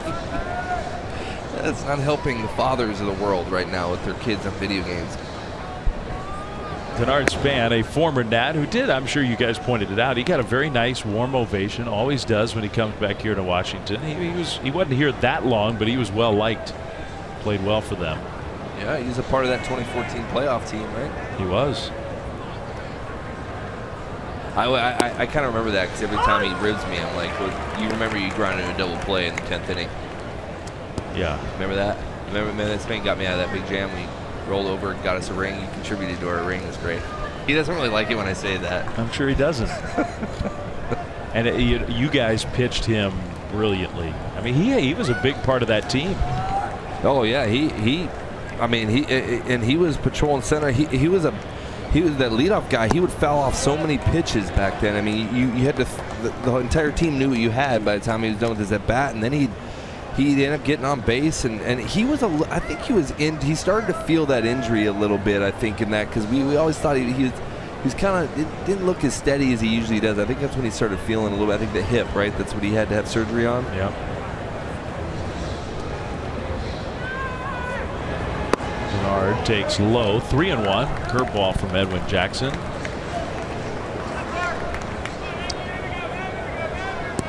Well, that was a big reason why the Giants beat the Nats, why you all advanced in that very memorable division series. Of course, the most memorable was that game, the 18-inning game, still the longest game in playoff history.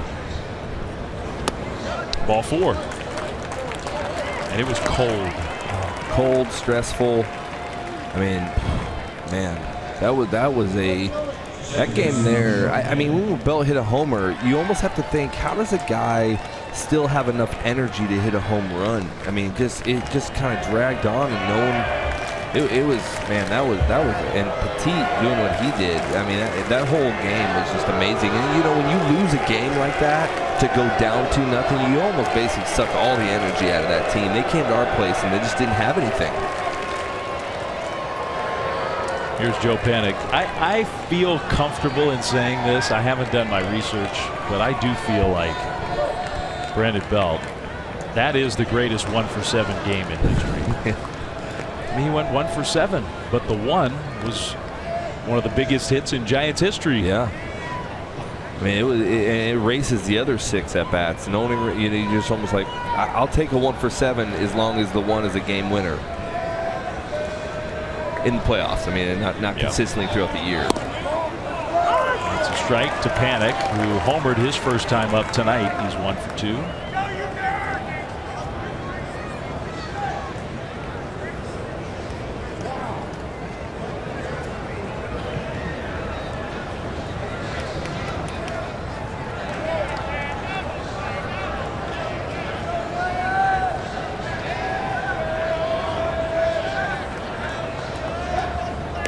paying attention to Denard Span over there. Span has not been doing a ton of running. He was more of a base stealer when he played for the Nats. He's got 6 steals this year with the Giants.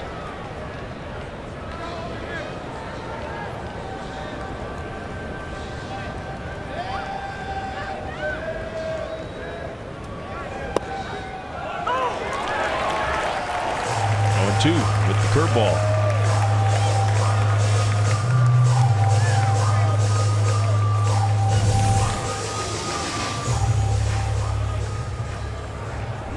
I'm not sure who's taking longer, the rain or Jackson on the game tonight, but I will give it to him. This is the second night in a row he's had to sit around for multiple hours and stay mentally focused, and here we are in the top of the 5th, and he's still throwing strikes, but man, he takes a long time to deliver pitches. He really, really does. And I think it's a fair point to say he has. This is not a normal night, and it's not been a normal couple nights for him. Yeah, he's shown he's able to kind of focus through it. The first inning, he looked a little erratic there. Both pitchers kind of did, but he's calmed it down, and he's starting to deliver some pretty good pitches to the plate here late. The further he goes into the game. Well, one thing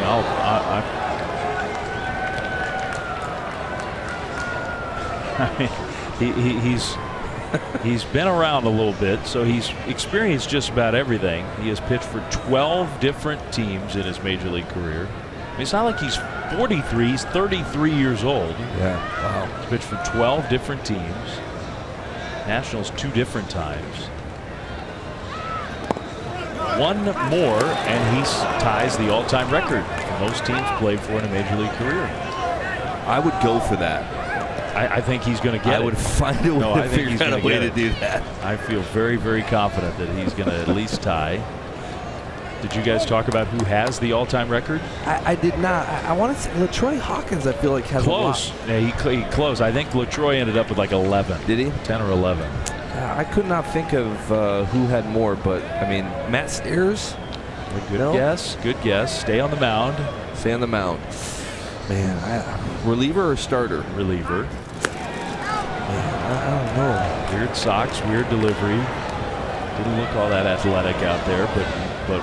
Well, I had you wouldn't have seen my socks. Yeah. You know? So, not you. Oh. When you said not athletic, I thought maybe it was like you were talking about me. My fault. Just kind of looked a little bow-legged to me whenever he pitched. Man, you're stumping me still. Give it to me. I'll Panic to center field. Stevenson back quickly for out number 2. Hit that pretty well. Octavio Dotel. Yeah, he did play. You're right. 13 big league teams for Dotel. Edwin's 1 shy of that. I didn't mean to play like a trivia game because that's that's a hard one. It's hard to get that one. But at 33, I'm actually going to try to go for the record. I got enough years to go for 2 more teams. Yeah, I think so. And I'll go back to the point I made earlier. It's like almost impossible to believe that the Orioles just let him go. Yeah. He signed a minor league free agent deal in the middle of June with the Nats. Well, now he's pitching for a playoff contender. And he's pitching well for them. Albeit not quickly. No, he's definitely not pitching quick and well. He's lulling the hitters to sleep, but yeah, like you said earlier, I mean, a guy throwing 97, I'm sorry, like you just let him go, like, and you're searching for a starter, or the Orioles were.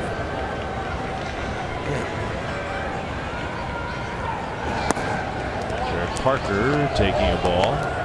You almost wonder why it's been 13 teams and stuff that he has. Like, why would it be why is he moving around that much?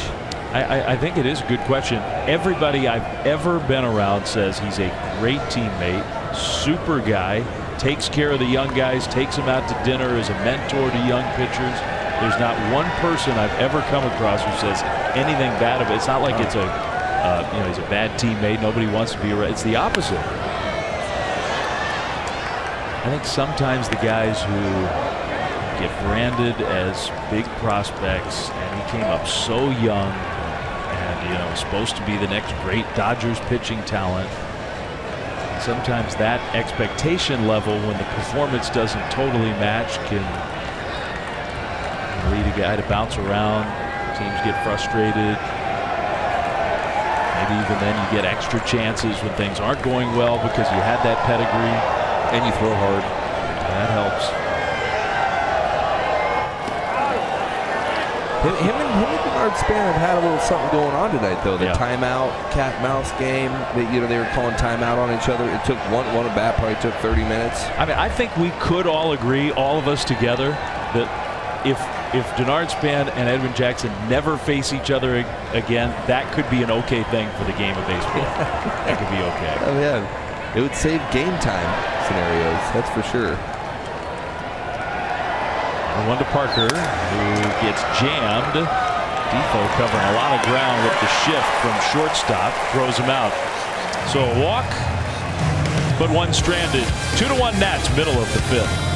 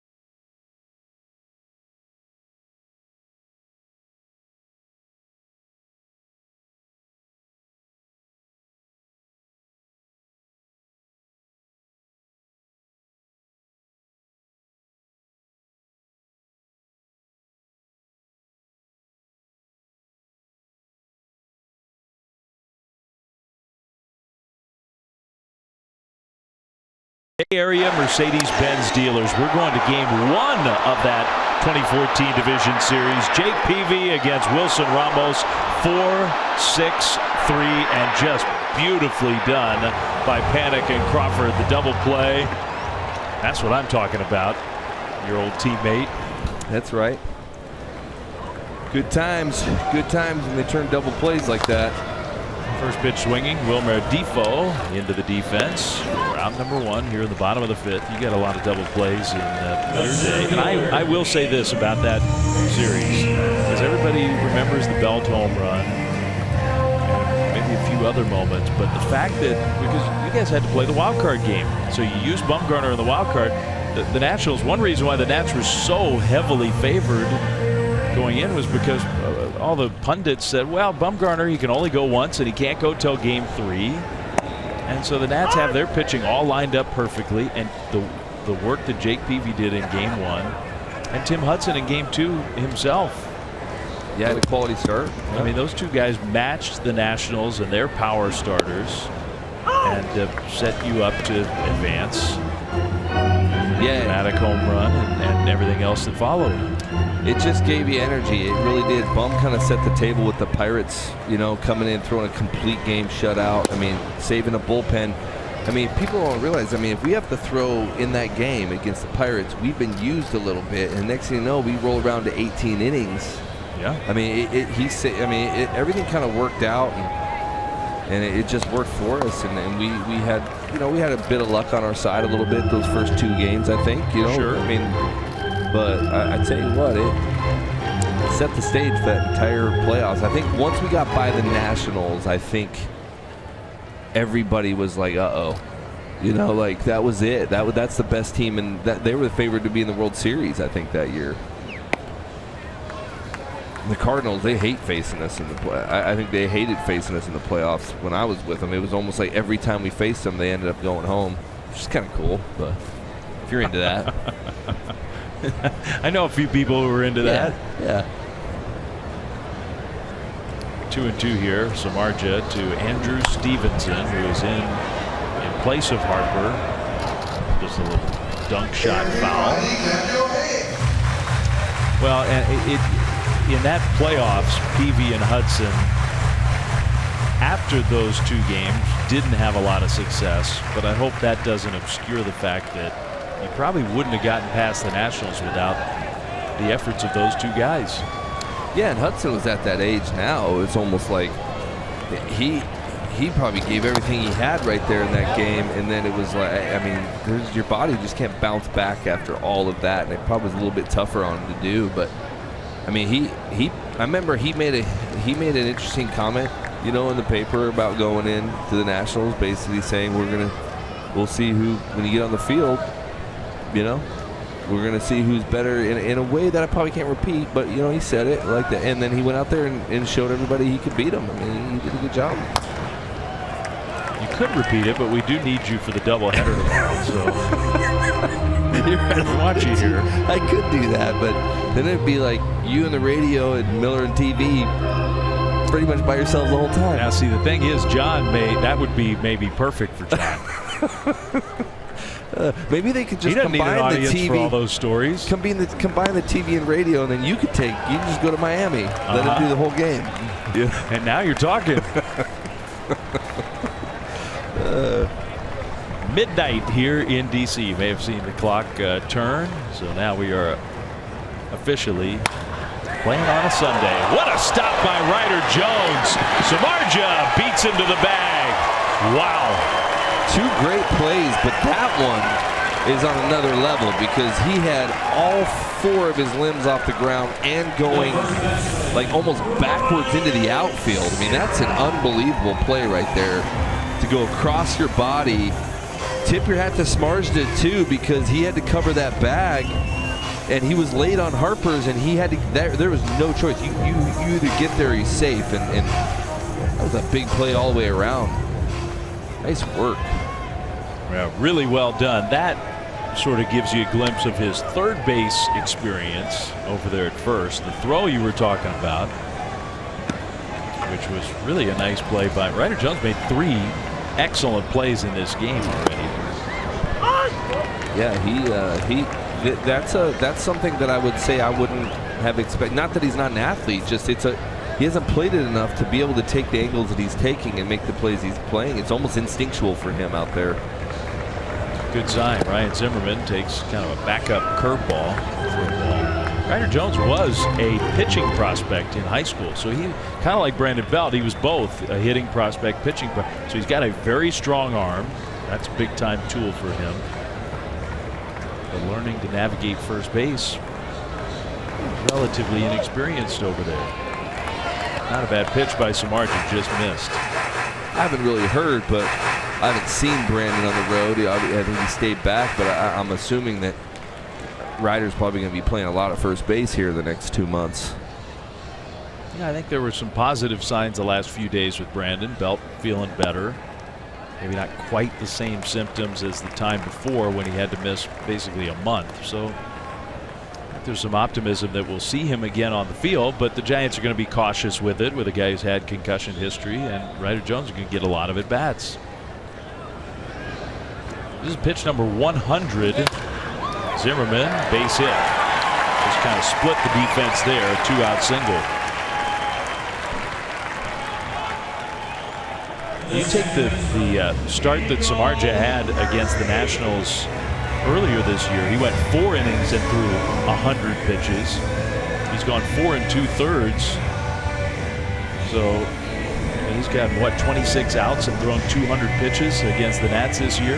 Yeah, and this team, one thing this team does is they don't chase a lot out of the zone. They make you work, and they can foul off a lot of pitches. All these guys seem to give good at bats, And you know, as hot as it gets here and as humid as it is, it can wear down a starting pitcher, and that's the goal.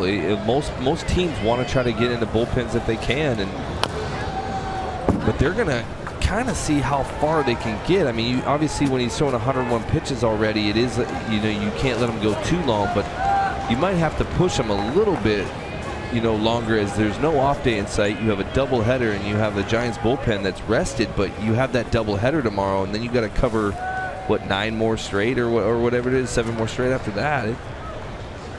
Wear you down. I like watching this guy play. That was a great play. I mean, he extended his body as far as he can possibly extend his body to cover. He ran out of inches right there in the ball. I mean, that's good reaction time, because that ball wasn't exactly hit soft either. I mean, that was a tough angle and a quick reaction he had to make.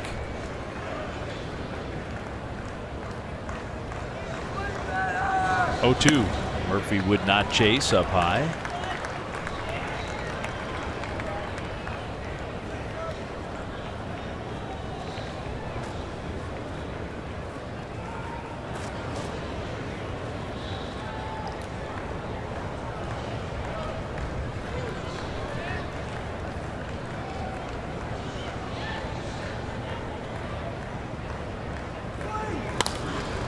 That one popped up. We'll see if Pablo's got room near the tarp. He does. Out number 3. How about some defense from the Giants?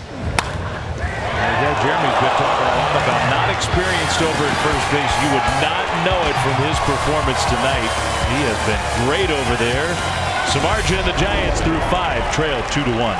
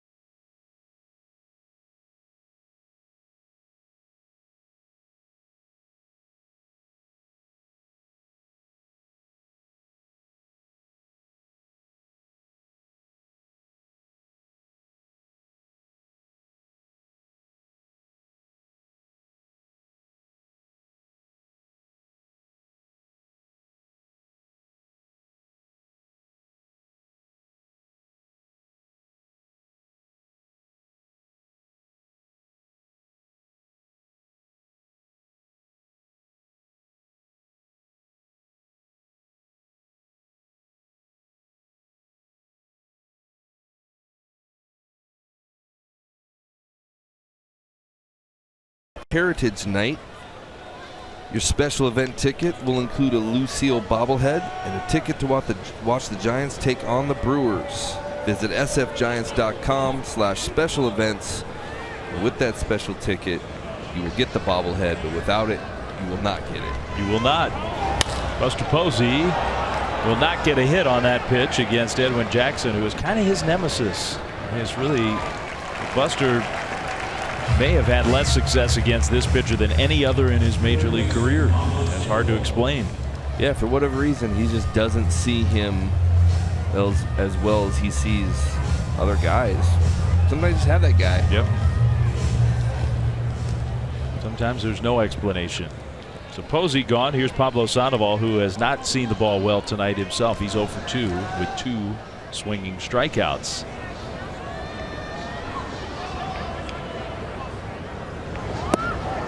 Curve low for ball 1. Well, you said something to me in between innings, which I think is true. Giants bullpen is quiet. So Jeff Samardzija, 104 pitches, 5 innings. Ordinarily, that's probably call it a night territory. Well, it's a tough call for Bochy. I mean, you have Kane down there, which is a petite scenario, but then you have a doubleheader. So you're trying to figure out. I mean, obviously he probably didn't want to. Bruce doesn't really want to be put in this situation and try to make that call, but you could use Kane to go the rest of the way now, or you could use him for the doubleheader. It just seems a strategic scenario is definitely in play, and you got to make a call. They're hoping, I think, that he can get him through that 6th, and then they can run it like normal. Pablo Sandoval, meanwhile, ground ball base hit up the middle. Pablo's first hit, he's aboard. Ball was down. He kind of blew a couple balls down and away by him in the at-bat before, and Pablo made that adjustment and stayed with it and hit that ball and did exactly what he needed to do. Take a ball down the middle, down in the zone, right back up the middle, and he snuck it through. Base hit. Crawford's had good swings tonight, 1 for 2 against Edwin Jackson. Starting to put his year back together offensively.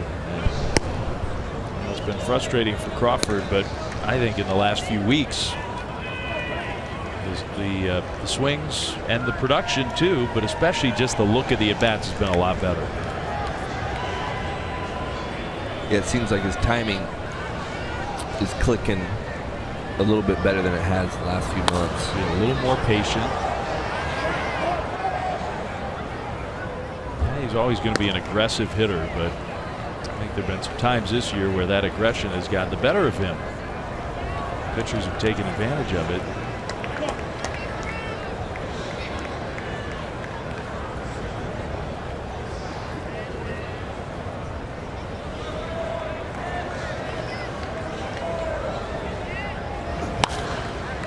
Skies that one on the infield just to pop up. Rendon took charge there. 2 down.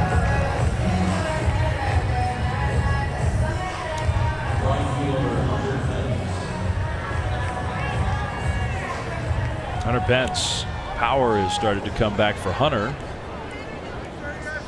Tonight 1 for 2. He had that strange streak going where all of his home runs had been on the road.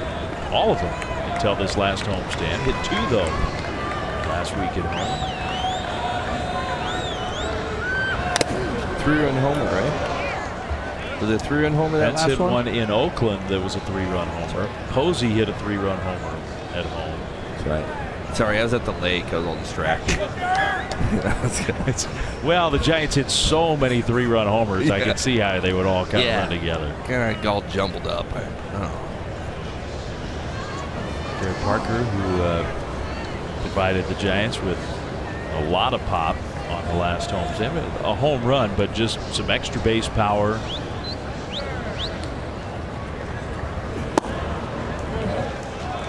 That one was close, but called a ball. Parker's home run was a 2-run home. But I mean, the Giants were, it was months this year, literally, before the Giants hit a 3-run homer. I think it was Block, right? Was Block the first guy to hit it at home? Ty Block was the first one at home. That's right. Rendon throws out Pence. We're going to catalog them all somehow tonight. 2-1 Nationals.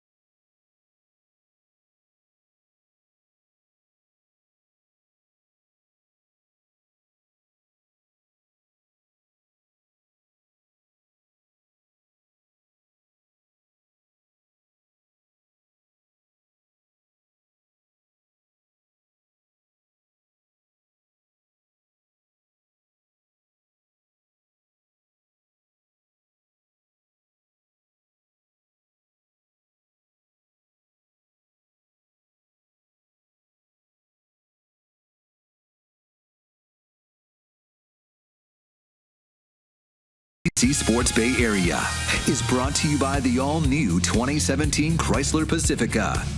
By AAA. Get a free Giants welcome mat. Restrictions apply. Go to AAA.com/Giants or to a AAA branch for details. By Southwest. Yes to low fares with nothing to hide. That's transparency. By Heffernan Insurance Brokers. Insurance and financial services for you and your business. Visit hefins.com. And by Toyota, the full-line automaker with the longest-lasting vehicles in America. Toyota, let's go places. We are past midnight here in Washington, D.C. Had a 3-hour rain delay at the start. Got underway at 10:06. Now we're in the bottom of the 6th with the Nats leading the Giants 2-1. Anthony Rendon takes a called strike from Samardzija.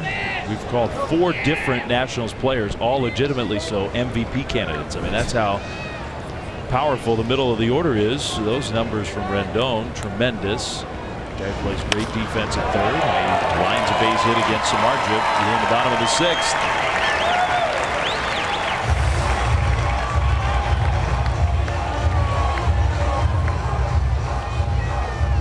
He's their 6th place hitter. The Nationals, they lead the National League in runs, in home runs, in most offensive categories. That usually is reserved for the Rockies with Coors Field. And the Nationals, this is a very fair, not a hitter-friendly, this is a kind of a neutral park.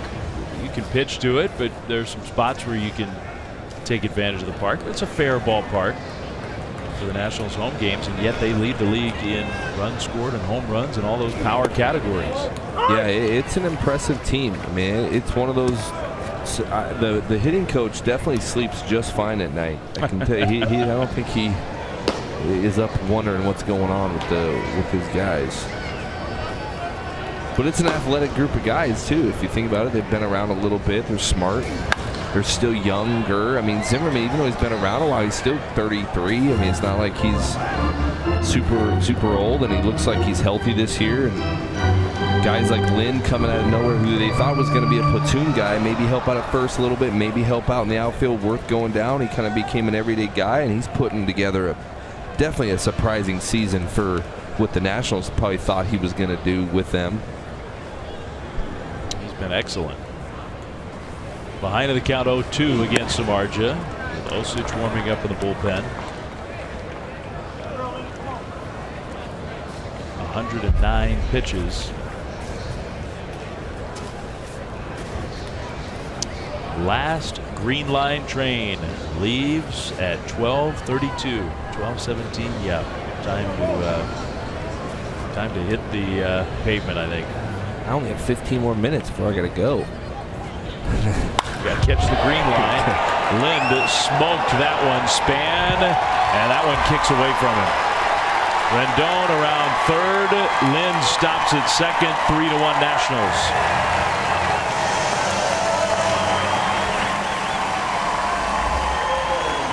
Well, they lead the league in.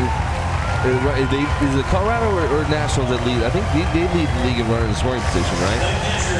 They lead the league offensively in just about everything. I mean, it shows why. Here's a guy. I mean, that's a cutter that was on the outer third. He hit it pretty hard. It was loud off the bat. Bernard, I mean, there's no chance of catching up to it. I mean, he just ran out of room. It does carry a little bit out there, but it was still hit hard, and it trying to. I mean, they can. This is what they do, and they start wearing down these starters, and they're looking for mistakes. And it was a little bit up, but I mean, it was a pretty good at bat by Mr. Lind.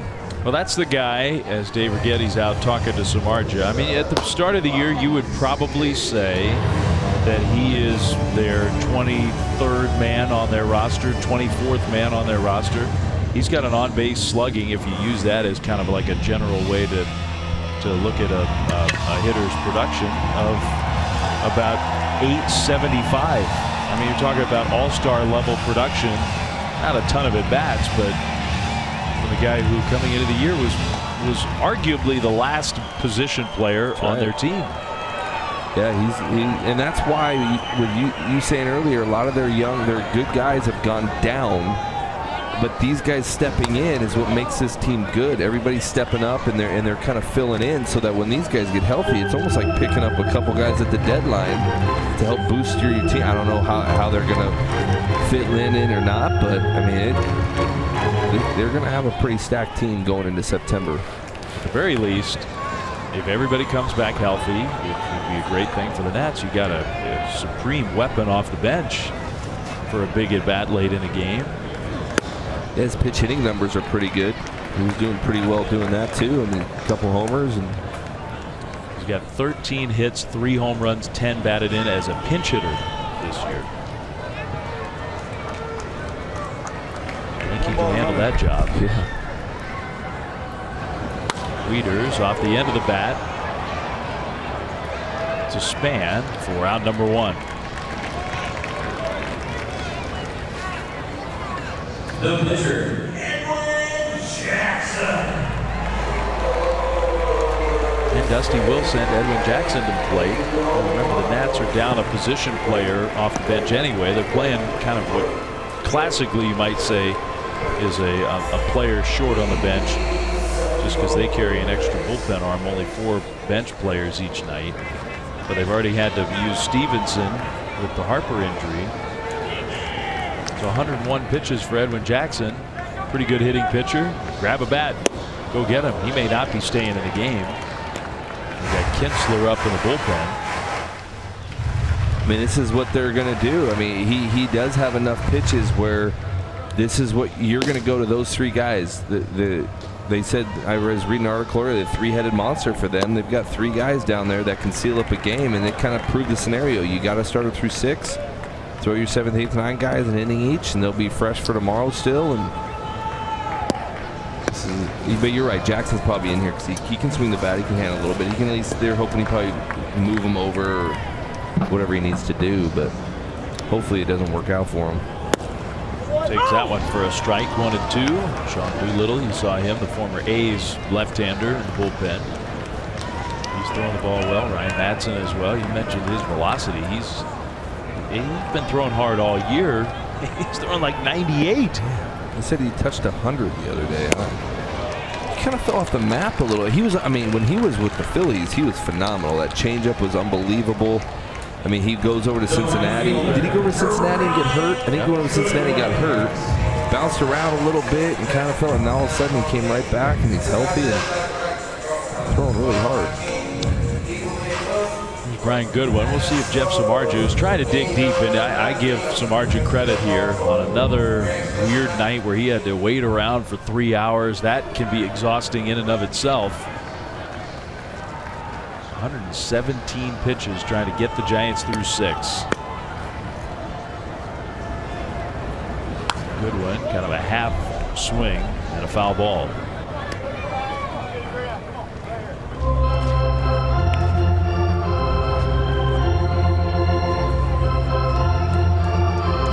Easy inning. The 1-2-3 inning was the 3rd, where he threw 16 pitches.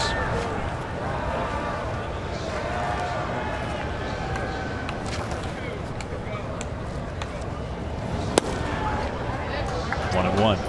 Just shows you the strength of Jeff. I mean, he's 119. That was 96 miles an hour on the 119th pitch. I mean, he can carry a work, and he's sweating. It's not like he's thrown 119 pitches in San Francisco where it's cool, and I mean, he's sweating through. It's probably his 2nd jersey. His hair is soaking wet. I mean, still being able to do that just tells you the strength of him and the load that he can carry.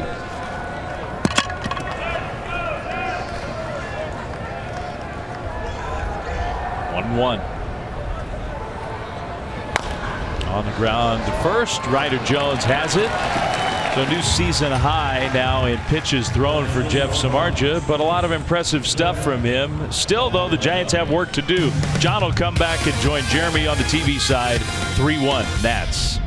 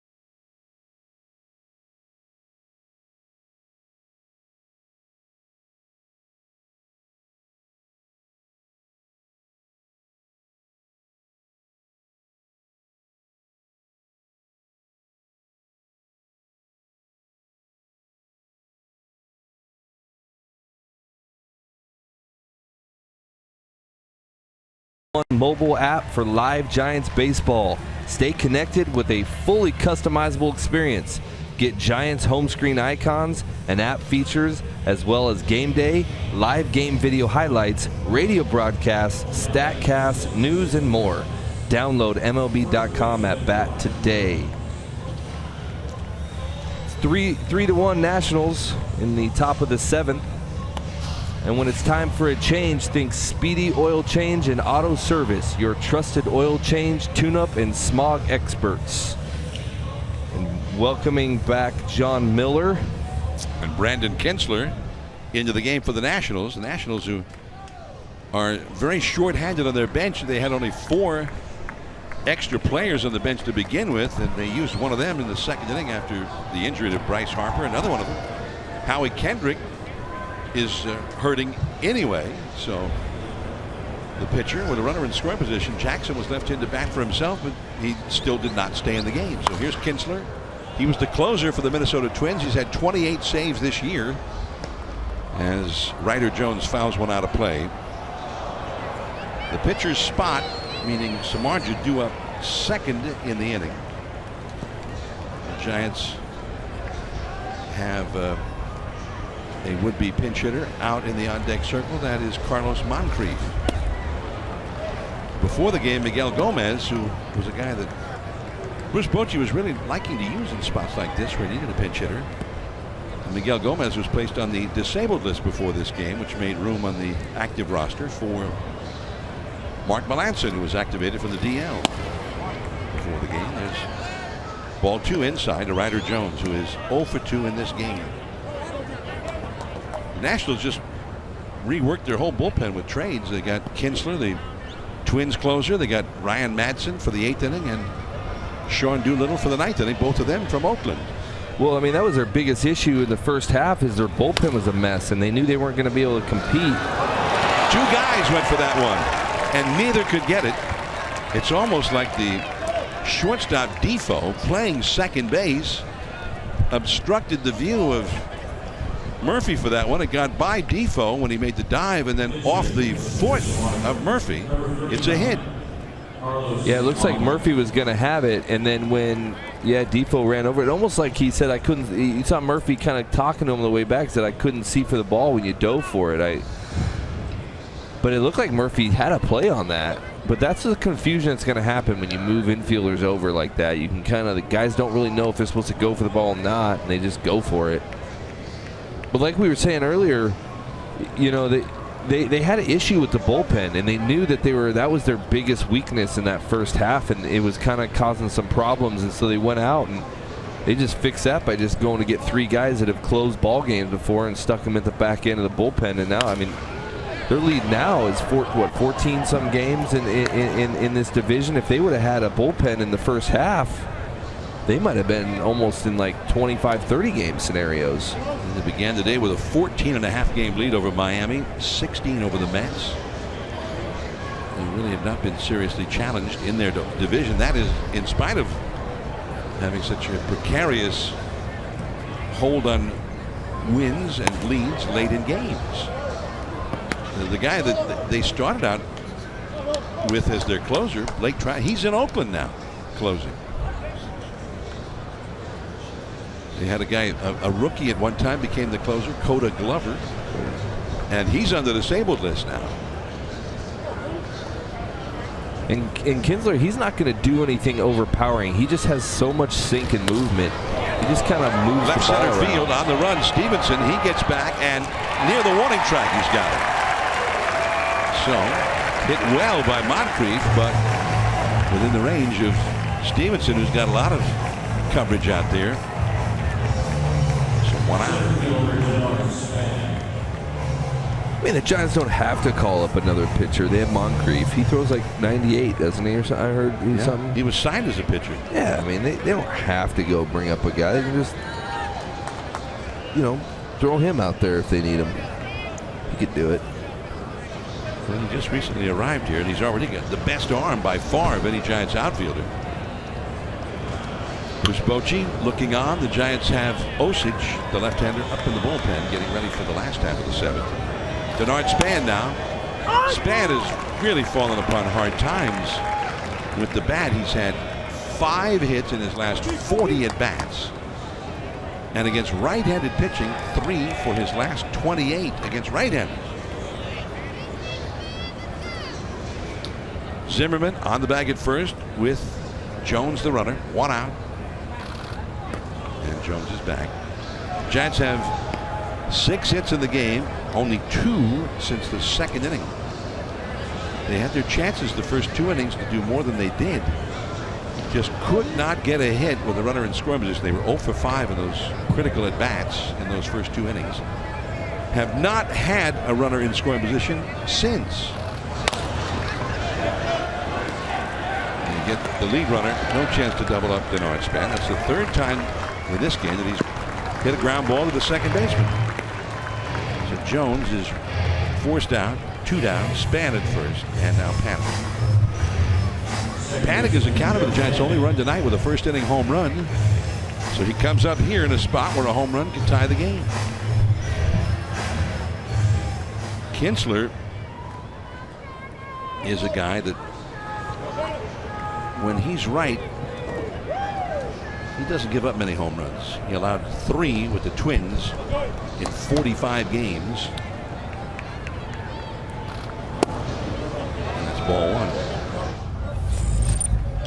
Paddock's home run in the 1st inning kind of got this game going, and they really haven't done much since then. Obviously, that was the only run for the Giants, and it was the 2nd at bat of the game.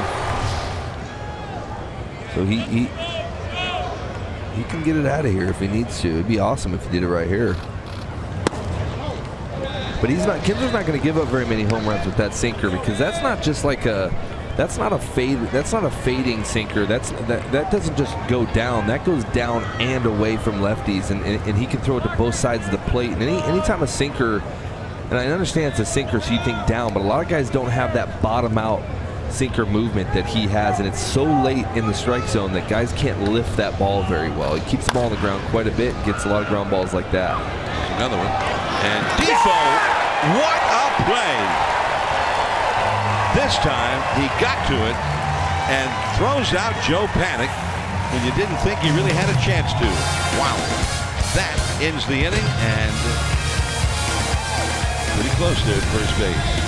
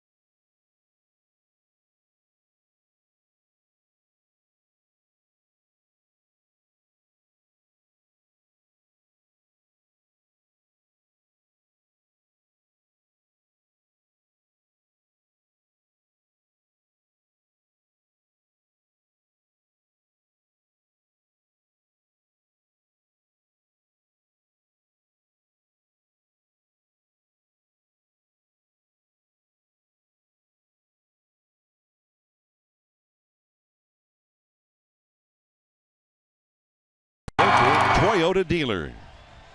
The Nationals 3 runs, 9 hits and an error. The Giants 1 run, 6 hits, no errors. Jeff Samardzija went 6 with a walk and 6 strikeouts. Threw 120 pitches, the most of any game this season. Joe Paddock's 1st inning home run, the Giants' only run. Edwin Jackson does it to the Giants again. 5 hits allowed, just that 1 1st inning run. He threw 100 pitches. Bryce Harper, the great superstar for the Nationals, left the game in the last of the 1st inning, suffering an apparent leg injury. We've gotten no further information about that. Now pitching change for the Giants. Osich is in when it's time for a change. Think Speedy, oil change and auto service, your trusted oil change, tune-up, and smog experts. Well, Josh Osich with a 5.61 ERA.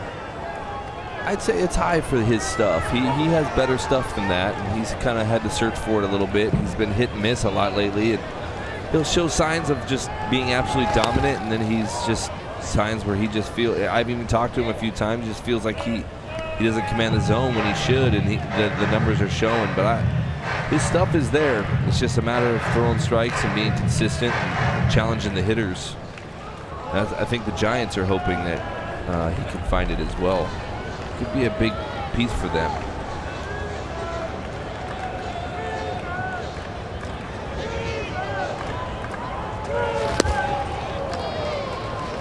That changeup right there is a pitch that's been, when he first came up, was a equalizer pitch. It made him absolutely dominant, and he's just had a hard time repeating that pitch. And he'll throw it like that really, really well, and other times he can't find it. But I think a big thing for him is finding that changeup again and repeating that delivery.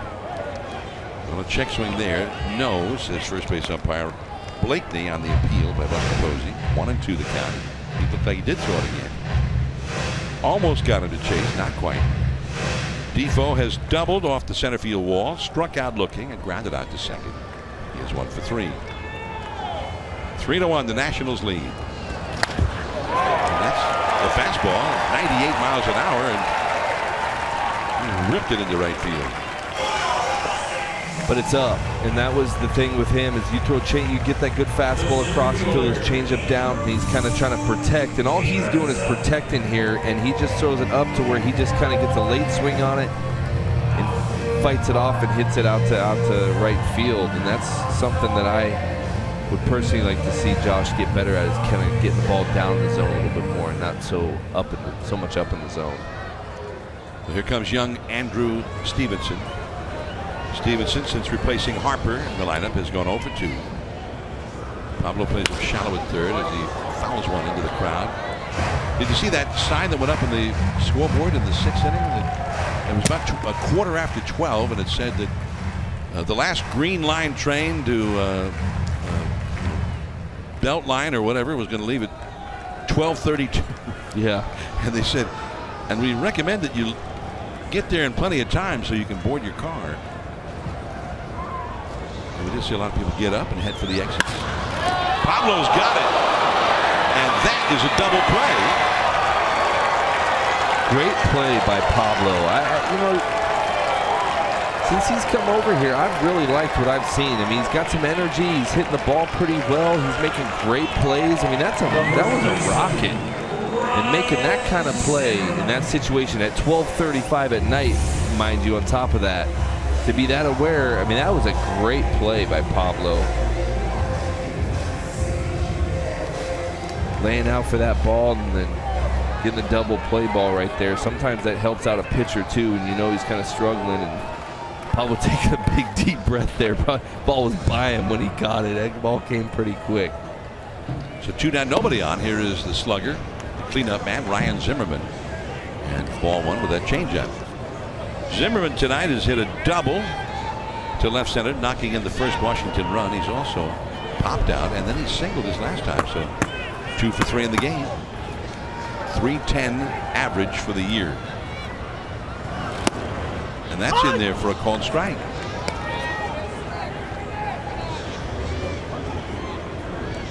The Dodgers have a 6-3 lead over the Padres on the out-of-town score, but that's in the top of the 9th inning in L.A.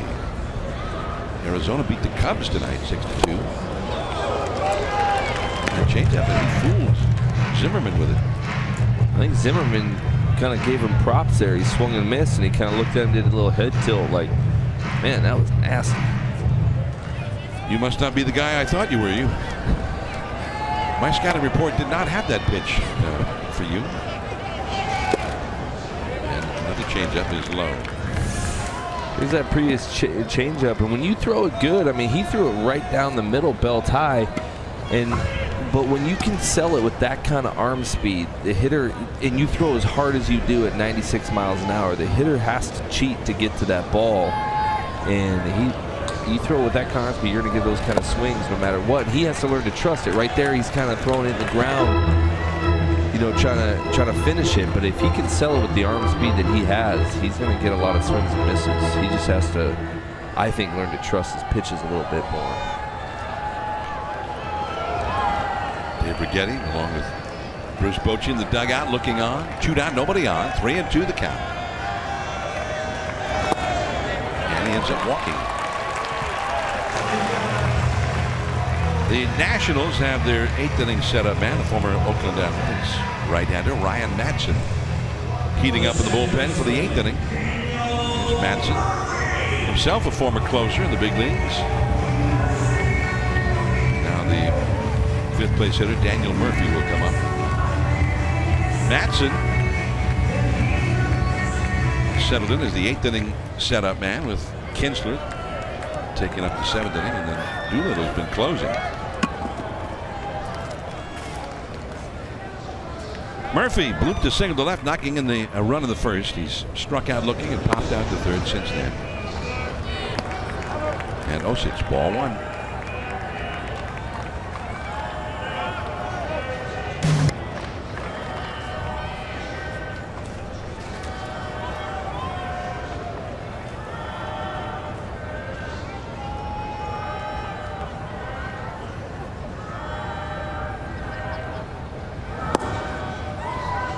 Ball 2. He just completely lost the strike zone now.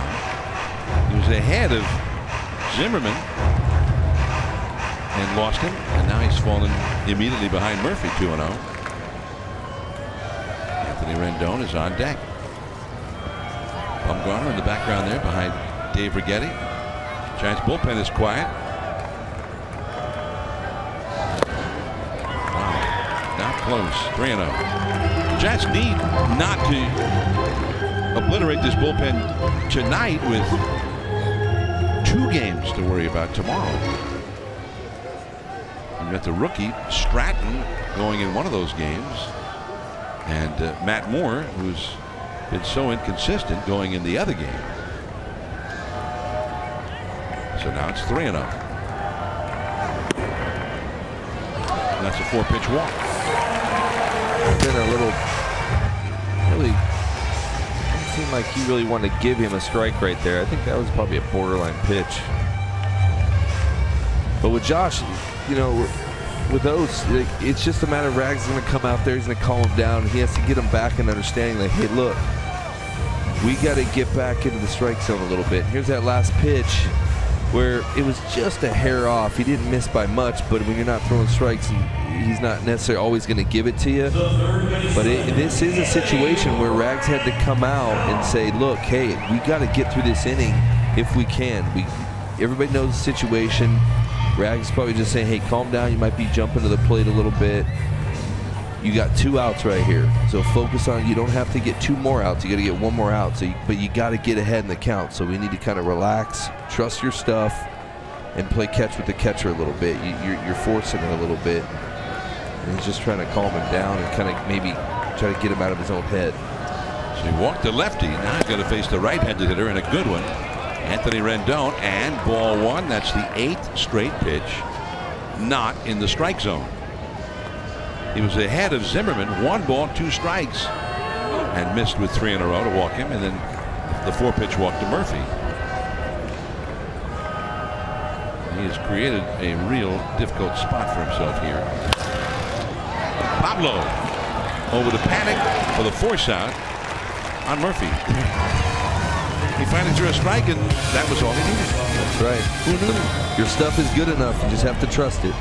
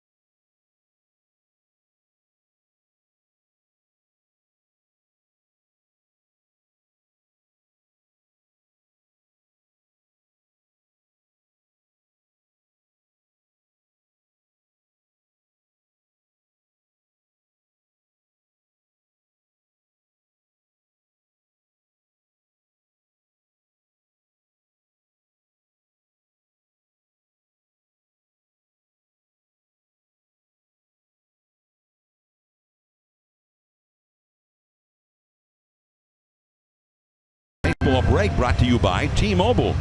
Pitching matchups for the doubleheader tomorrow. Game 1, TV time 9:30 with pregame live. The first pitch at 10:05 Pacific. Chris Stratton for the Giants against A.J. Cole. And then game 2, 3:30 again with pregame live, 4:05 first pitch. Matt Moore for the Giants against Max Scherzer. NBC Sports Bay Area for both of those tomorrow. Change for the Nationals. New pitcher Ryan Madson. It's time for a change. Think Speedy. Oil change and auto service. Your trusted oil change, tune-up, and smog experts. Ryan Madson, recent acquisition from Oakland we've been talking about with 1.7 ERA. Jared Parker leads off against him. There's still some Giants fans in here trying to get a Giants cheer going. 32,344 tickets sold for this game. And maybe we had most of them here when the game finally did start around 10 o'clock. But a lot of those quickly departed. The game started in the rain after all of that. It started raining again for the first inning or so. Parker into left field. Lind. And one away. So Jarrett, who had a first inning single, is now 1 for 4. And Buster Posey will come up. And Buster, for one, is happy to face anybody, I'm guessing, other than Edwin Jackson. He was 0 for 2 against Jackson tonight with a walk, and is 1 for 17 lifetime against him now. Although he hasn't had much success against Madsen either. He's never had a hit against Madsen at all. 0 for 7. 2 down, or rather 1 out. Here in the 8th inning, ball 1 to Buster. 95 miles an hour from Madsen. Nationals 3, Giants 1 in the 8th.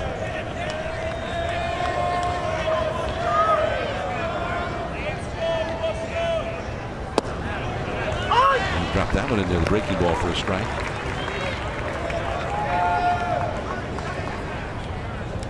Either one of these 3 late inning relievers for the Nationals could lay claim to being the closer. They've all been closers, including Kinsler this year.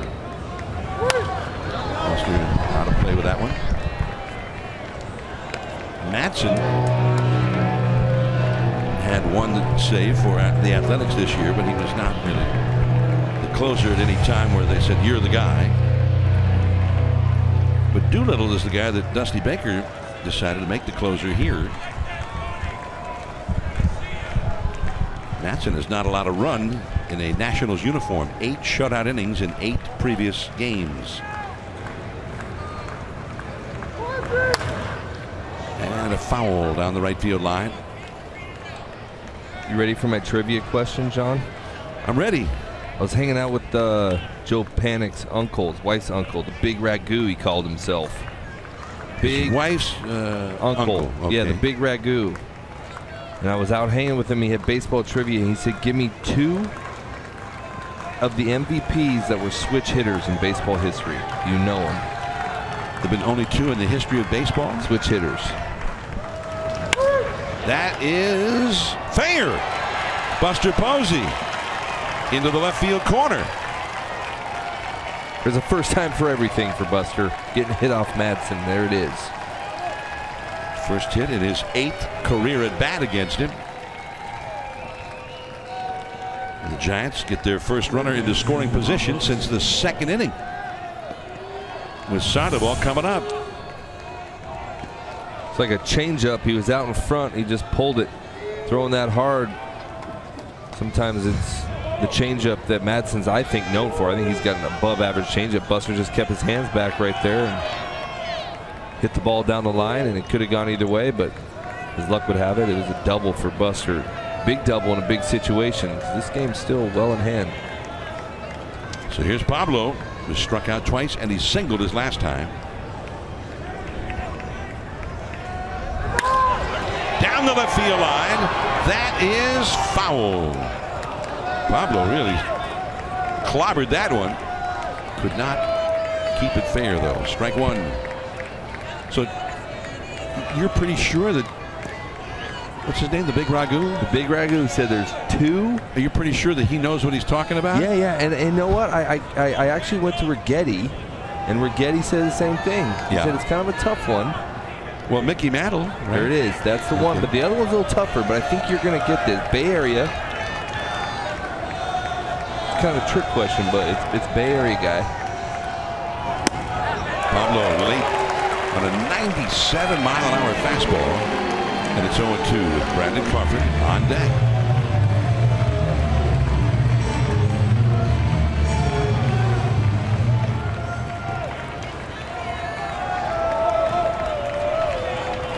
Two strikes to Pablo Sandoval. With Posey at second. First at bat with the runner in scoring position for the Giants since the second. And stand with the hard stuff. 1-2. Not many people still in the ballpark, and you know, kind of reminds me of the game back in 2009 when, on a very rainy day after a rainout the night before, Randy Johnson started a game looking for his 300th win, and he got it. And there might have been even fewer people in the ballpark when that game started in the afternoon on a wet day. 1-2 the count. And a pop-up, Rendon, and he's got it.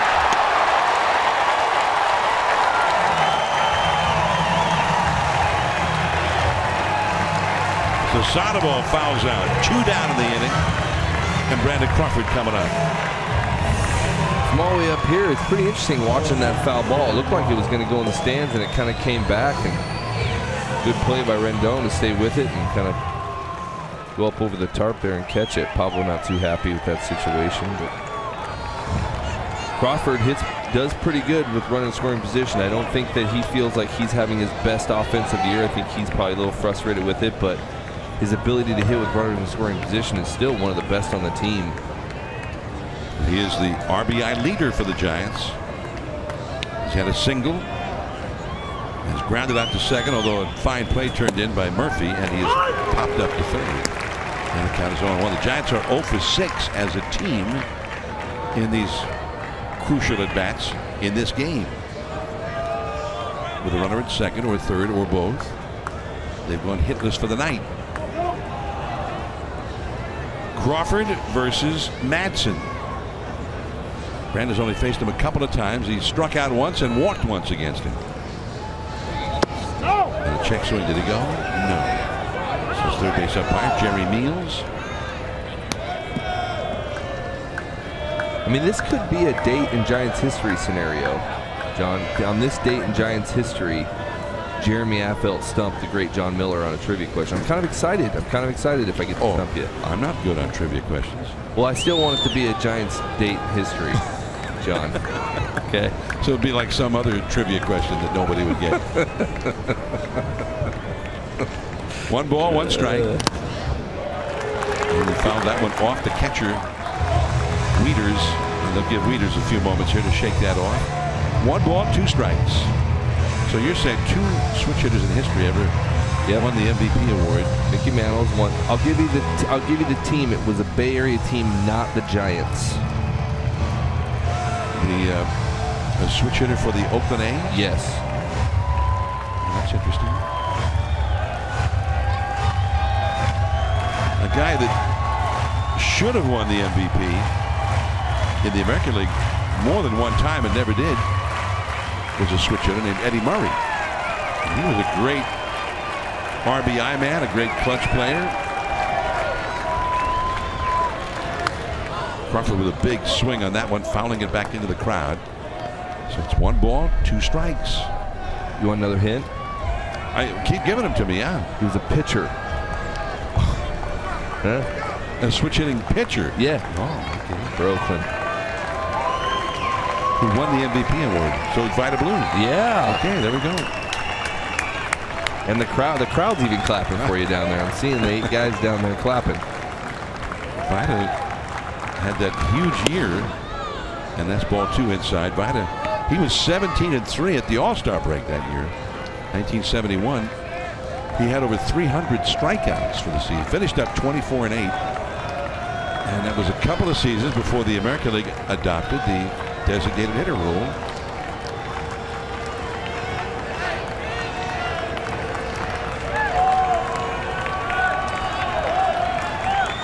Two and two the count with a runner at second. Posey ready to run at the crack of the bat. And there is Murphy in shallow right field. And the inning is over. So the Giants have only 3 outs left to them, trailing 3-1 as we go to the last of the 8th.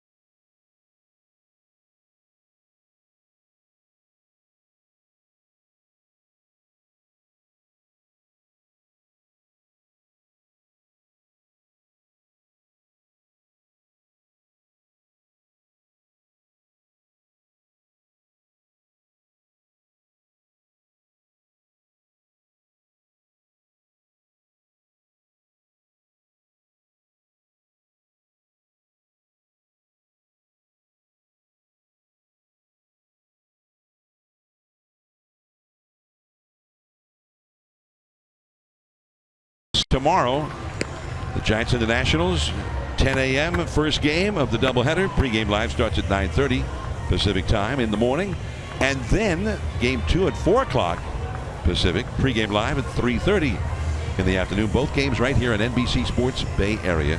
For up-to-the-minute Giants news, log on to NBCSportsBayArea.com for insider Alex Pavlovich. And this season, Giants games are available to stream live on the NBC Sports app.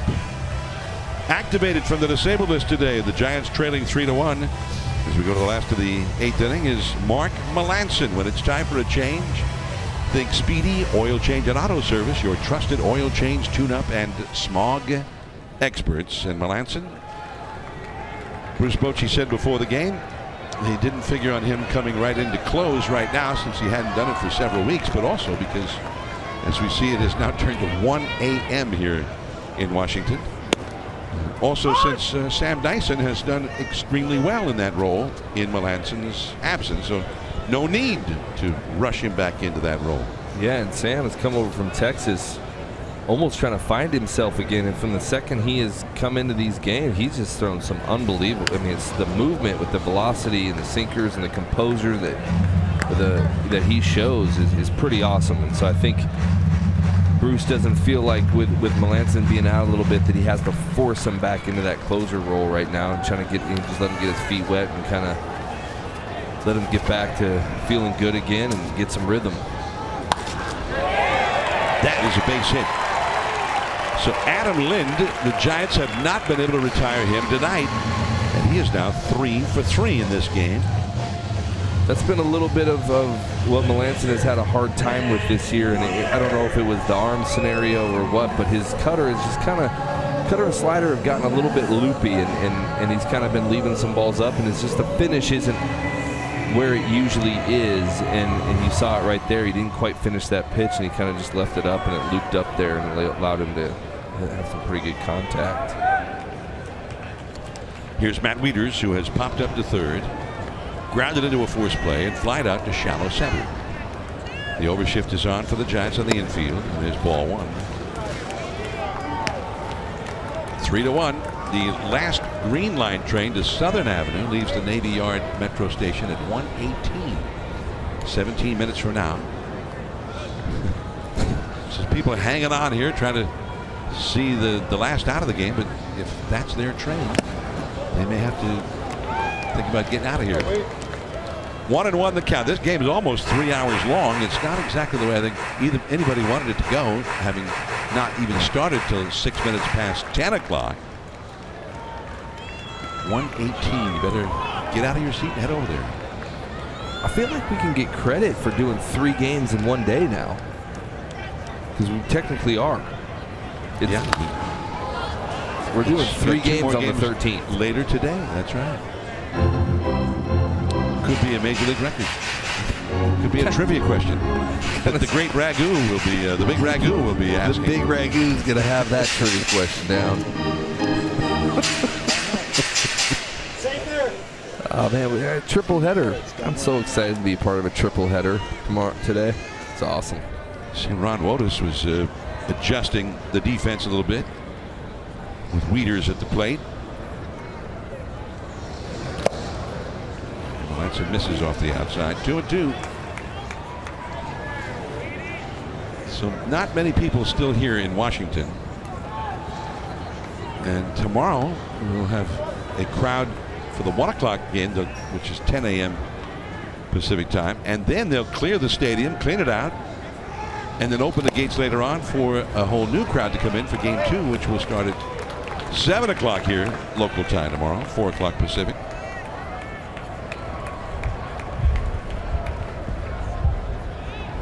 Three to 1, the Nationals lead the Giants here in the last half of the 8th inning. Howie Kendrick has come out on deck for the Nationals with the pitcher due up next. There goes the runner from first. It's back to Melanson. Have to go to first. So Lind running with the pitch, and that gets him up a base. And Kendrick will come up. The Nationals, who started 5 hitters tonight, all hitting above 300 for the year. And apparently they thought, you know, what we need is somebody who's hitting 300. So they acquired Howie Kendrick. Kendrick is hitting 349 this year, and he's hit 382 since the Nationals picked him up.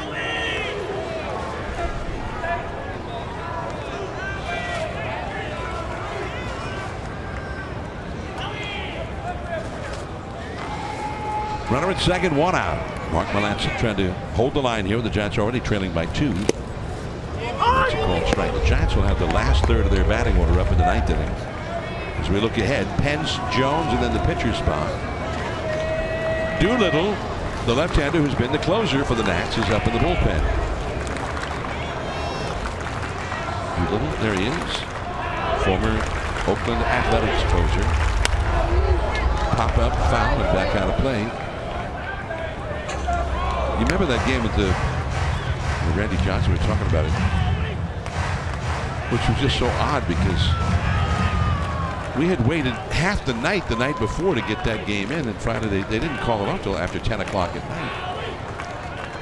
And then we came back the next day. They had the doubleheader, was the first game, and nobody was here for it.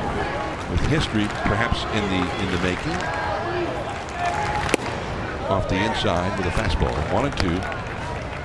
And he got the 300th win, but he didn't go that deep into the game. I mean, what was he, 44 years old? Yeah, he was 5 and dive on that game. I think it was like 2-1, and then he said he was done, and we were all down in the bullpen like, this is your 300th win. You're going to make us cover 4 innings. The pressure to cover that, because you didn't know how much longer he was going to lay. He was 44. You didn't know, he was trying to make the start. He was trying to get 300, but when we came into that game and we helped him win it, man, it was a pretty. For me, it was an awesome thing because I, as a kid, watched him pitch in Seattle, and to be able to be a teammate of his, and it's the great Randy Johnson, and then participate in the actual game that got the 300. What inning did you pitch? I think I was the 6th or 7th or both, or maybe it was just the 7th. I know Metters kind of pitched. I think he pitched after me, and then we kind of. I don't know. It was a blur. That was in 09. Yep. And I So kinda, Brian Wilson was the closer. Yep. I feel like I pitched the 7th of that game. It was just awesome to say I was part of it. It was a great honor, very exciting, pressure-filled.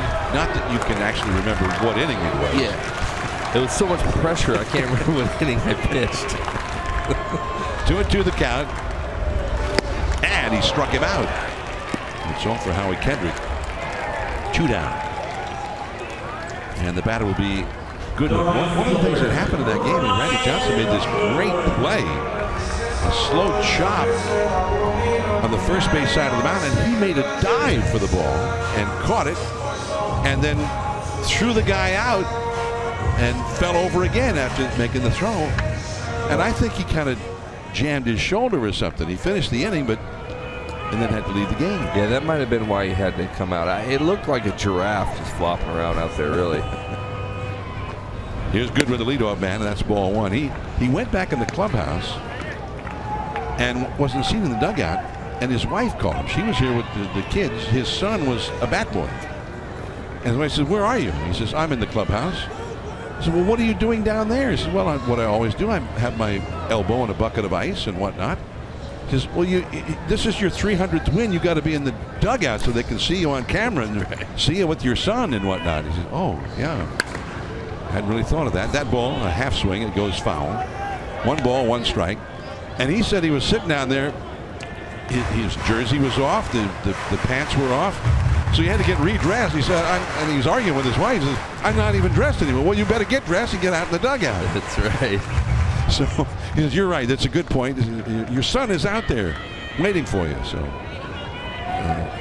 and the idea that any of that had anything to do that would make that different, even though it was his 300th win, had not occurred to him. Because he was not a publicity hound. He was not a guy who was looking for time on camera and whatnot. Yeah, he was more shy than I thought he'd be. Off the outside, 2-1. He sat on the team plane. He sat with the broadcasters.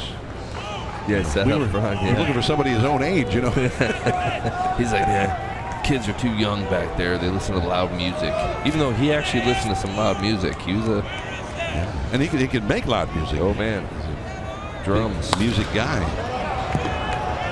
Shallow left. Parker with Crawford coming up, but Parker calls him off. And a successful inning for Melanson, his first game back from the disabled list. Last chance for the Giants. Pence, Jones, and a pinch hitter coming up.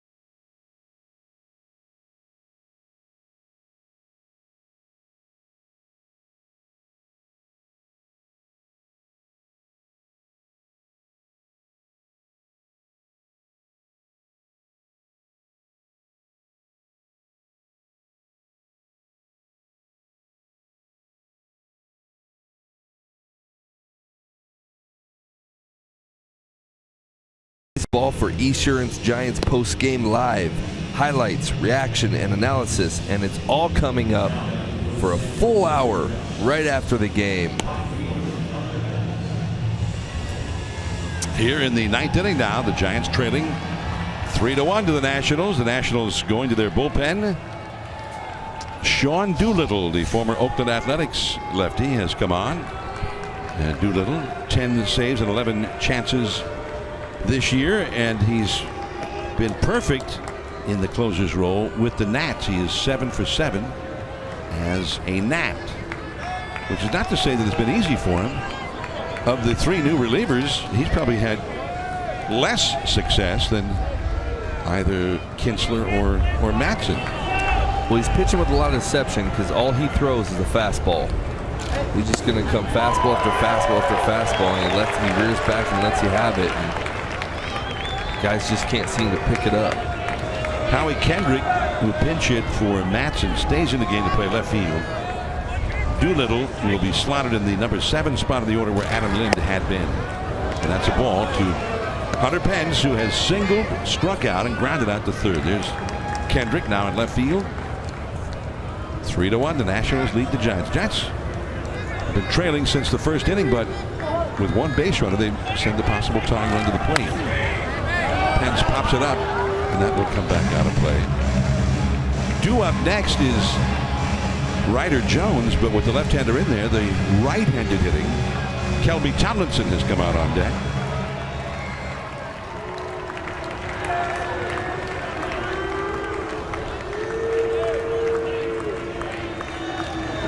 High fastball, put him away. That's all for Pence.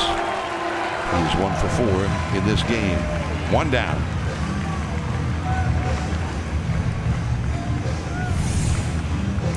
Here's that challenge fastball. He just kind of goes up the ladder on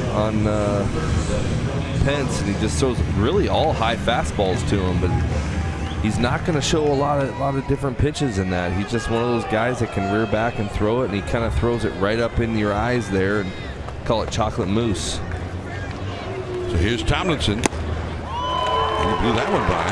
Another fastball. It was up. And 0-1. Tomlinson's been the Giants' best pinch hitter. 12 pinch hits in 34 at-bats. By far the Giants' best pinch hitter all year. Hitting well over 340 in that role.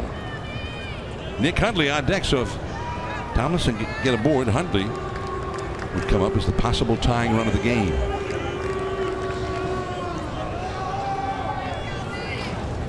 There's a bunt, but foul on the first base side.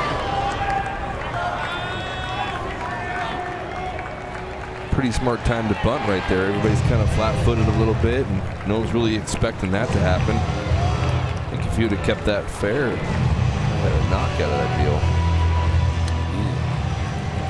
He's beat down a couple of bunts this year.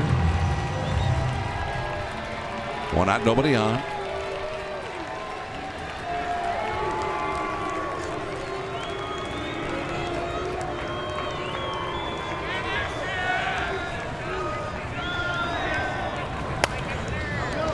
Fights that one off. A ball and 2 strikes. In Washington, it is 1:15 in the morning.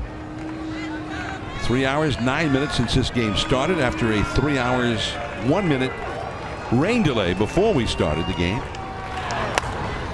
And again, out of play off to the right. For Dusty Baker, a win is always welcome, but for Dusty and the Nationals' entire organization, the big story out of this game will be, what about Bryce Harper? What kind of injury did he sustain? When will he be back? It's well off the inside because he did not look good when he left the game. Yeah, Fleming enlightened me on the policy of the Nationals is they do not divulge any injury update during the game. So we probably won't even know until tomorrow at some point. 2-2 the count. And he struck him out.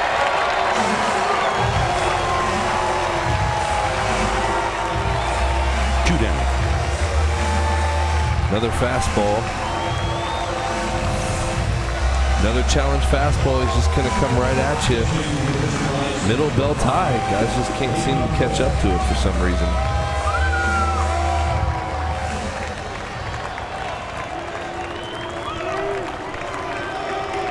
So now Hundley is the Giants' final hope.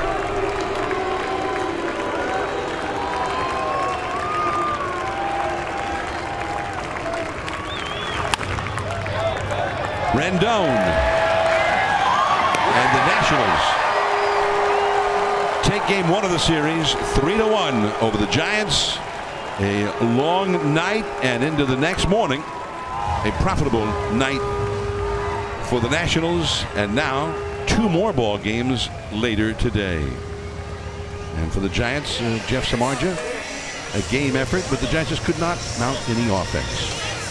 Yeah, it seems like that's just was the story of the night. All the offense was in the first inning, and then that was it.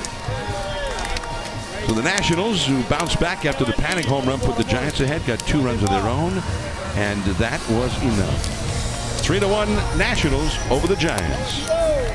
Now stay tuned for the Esurance Giants post-game live program, which starts right now.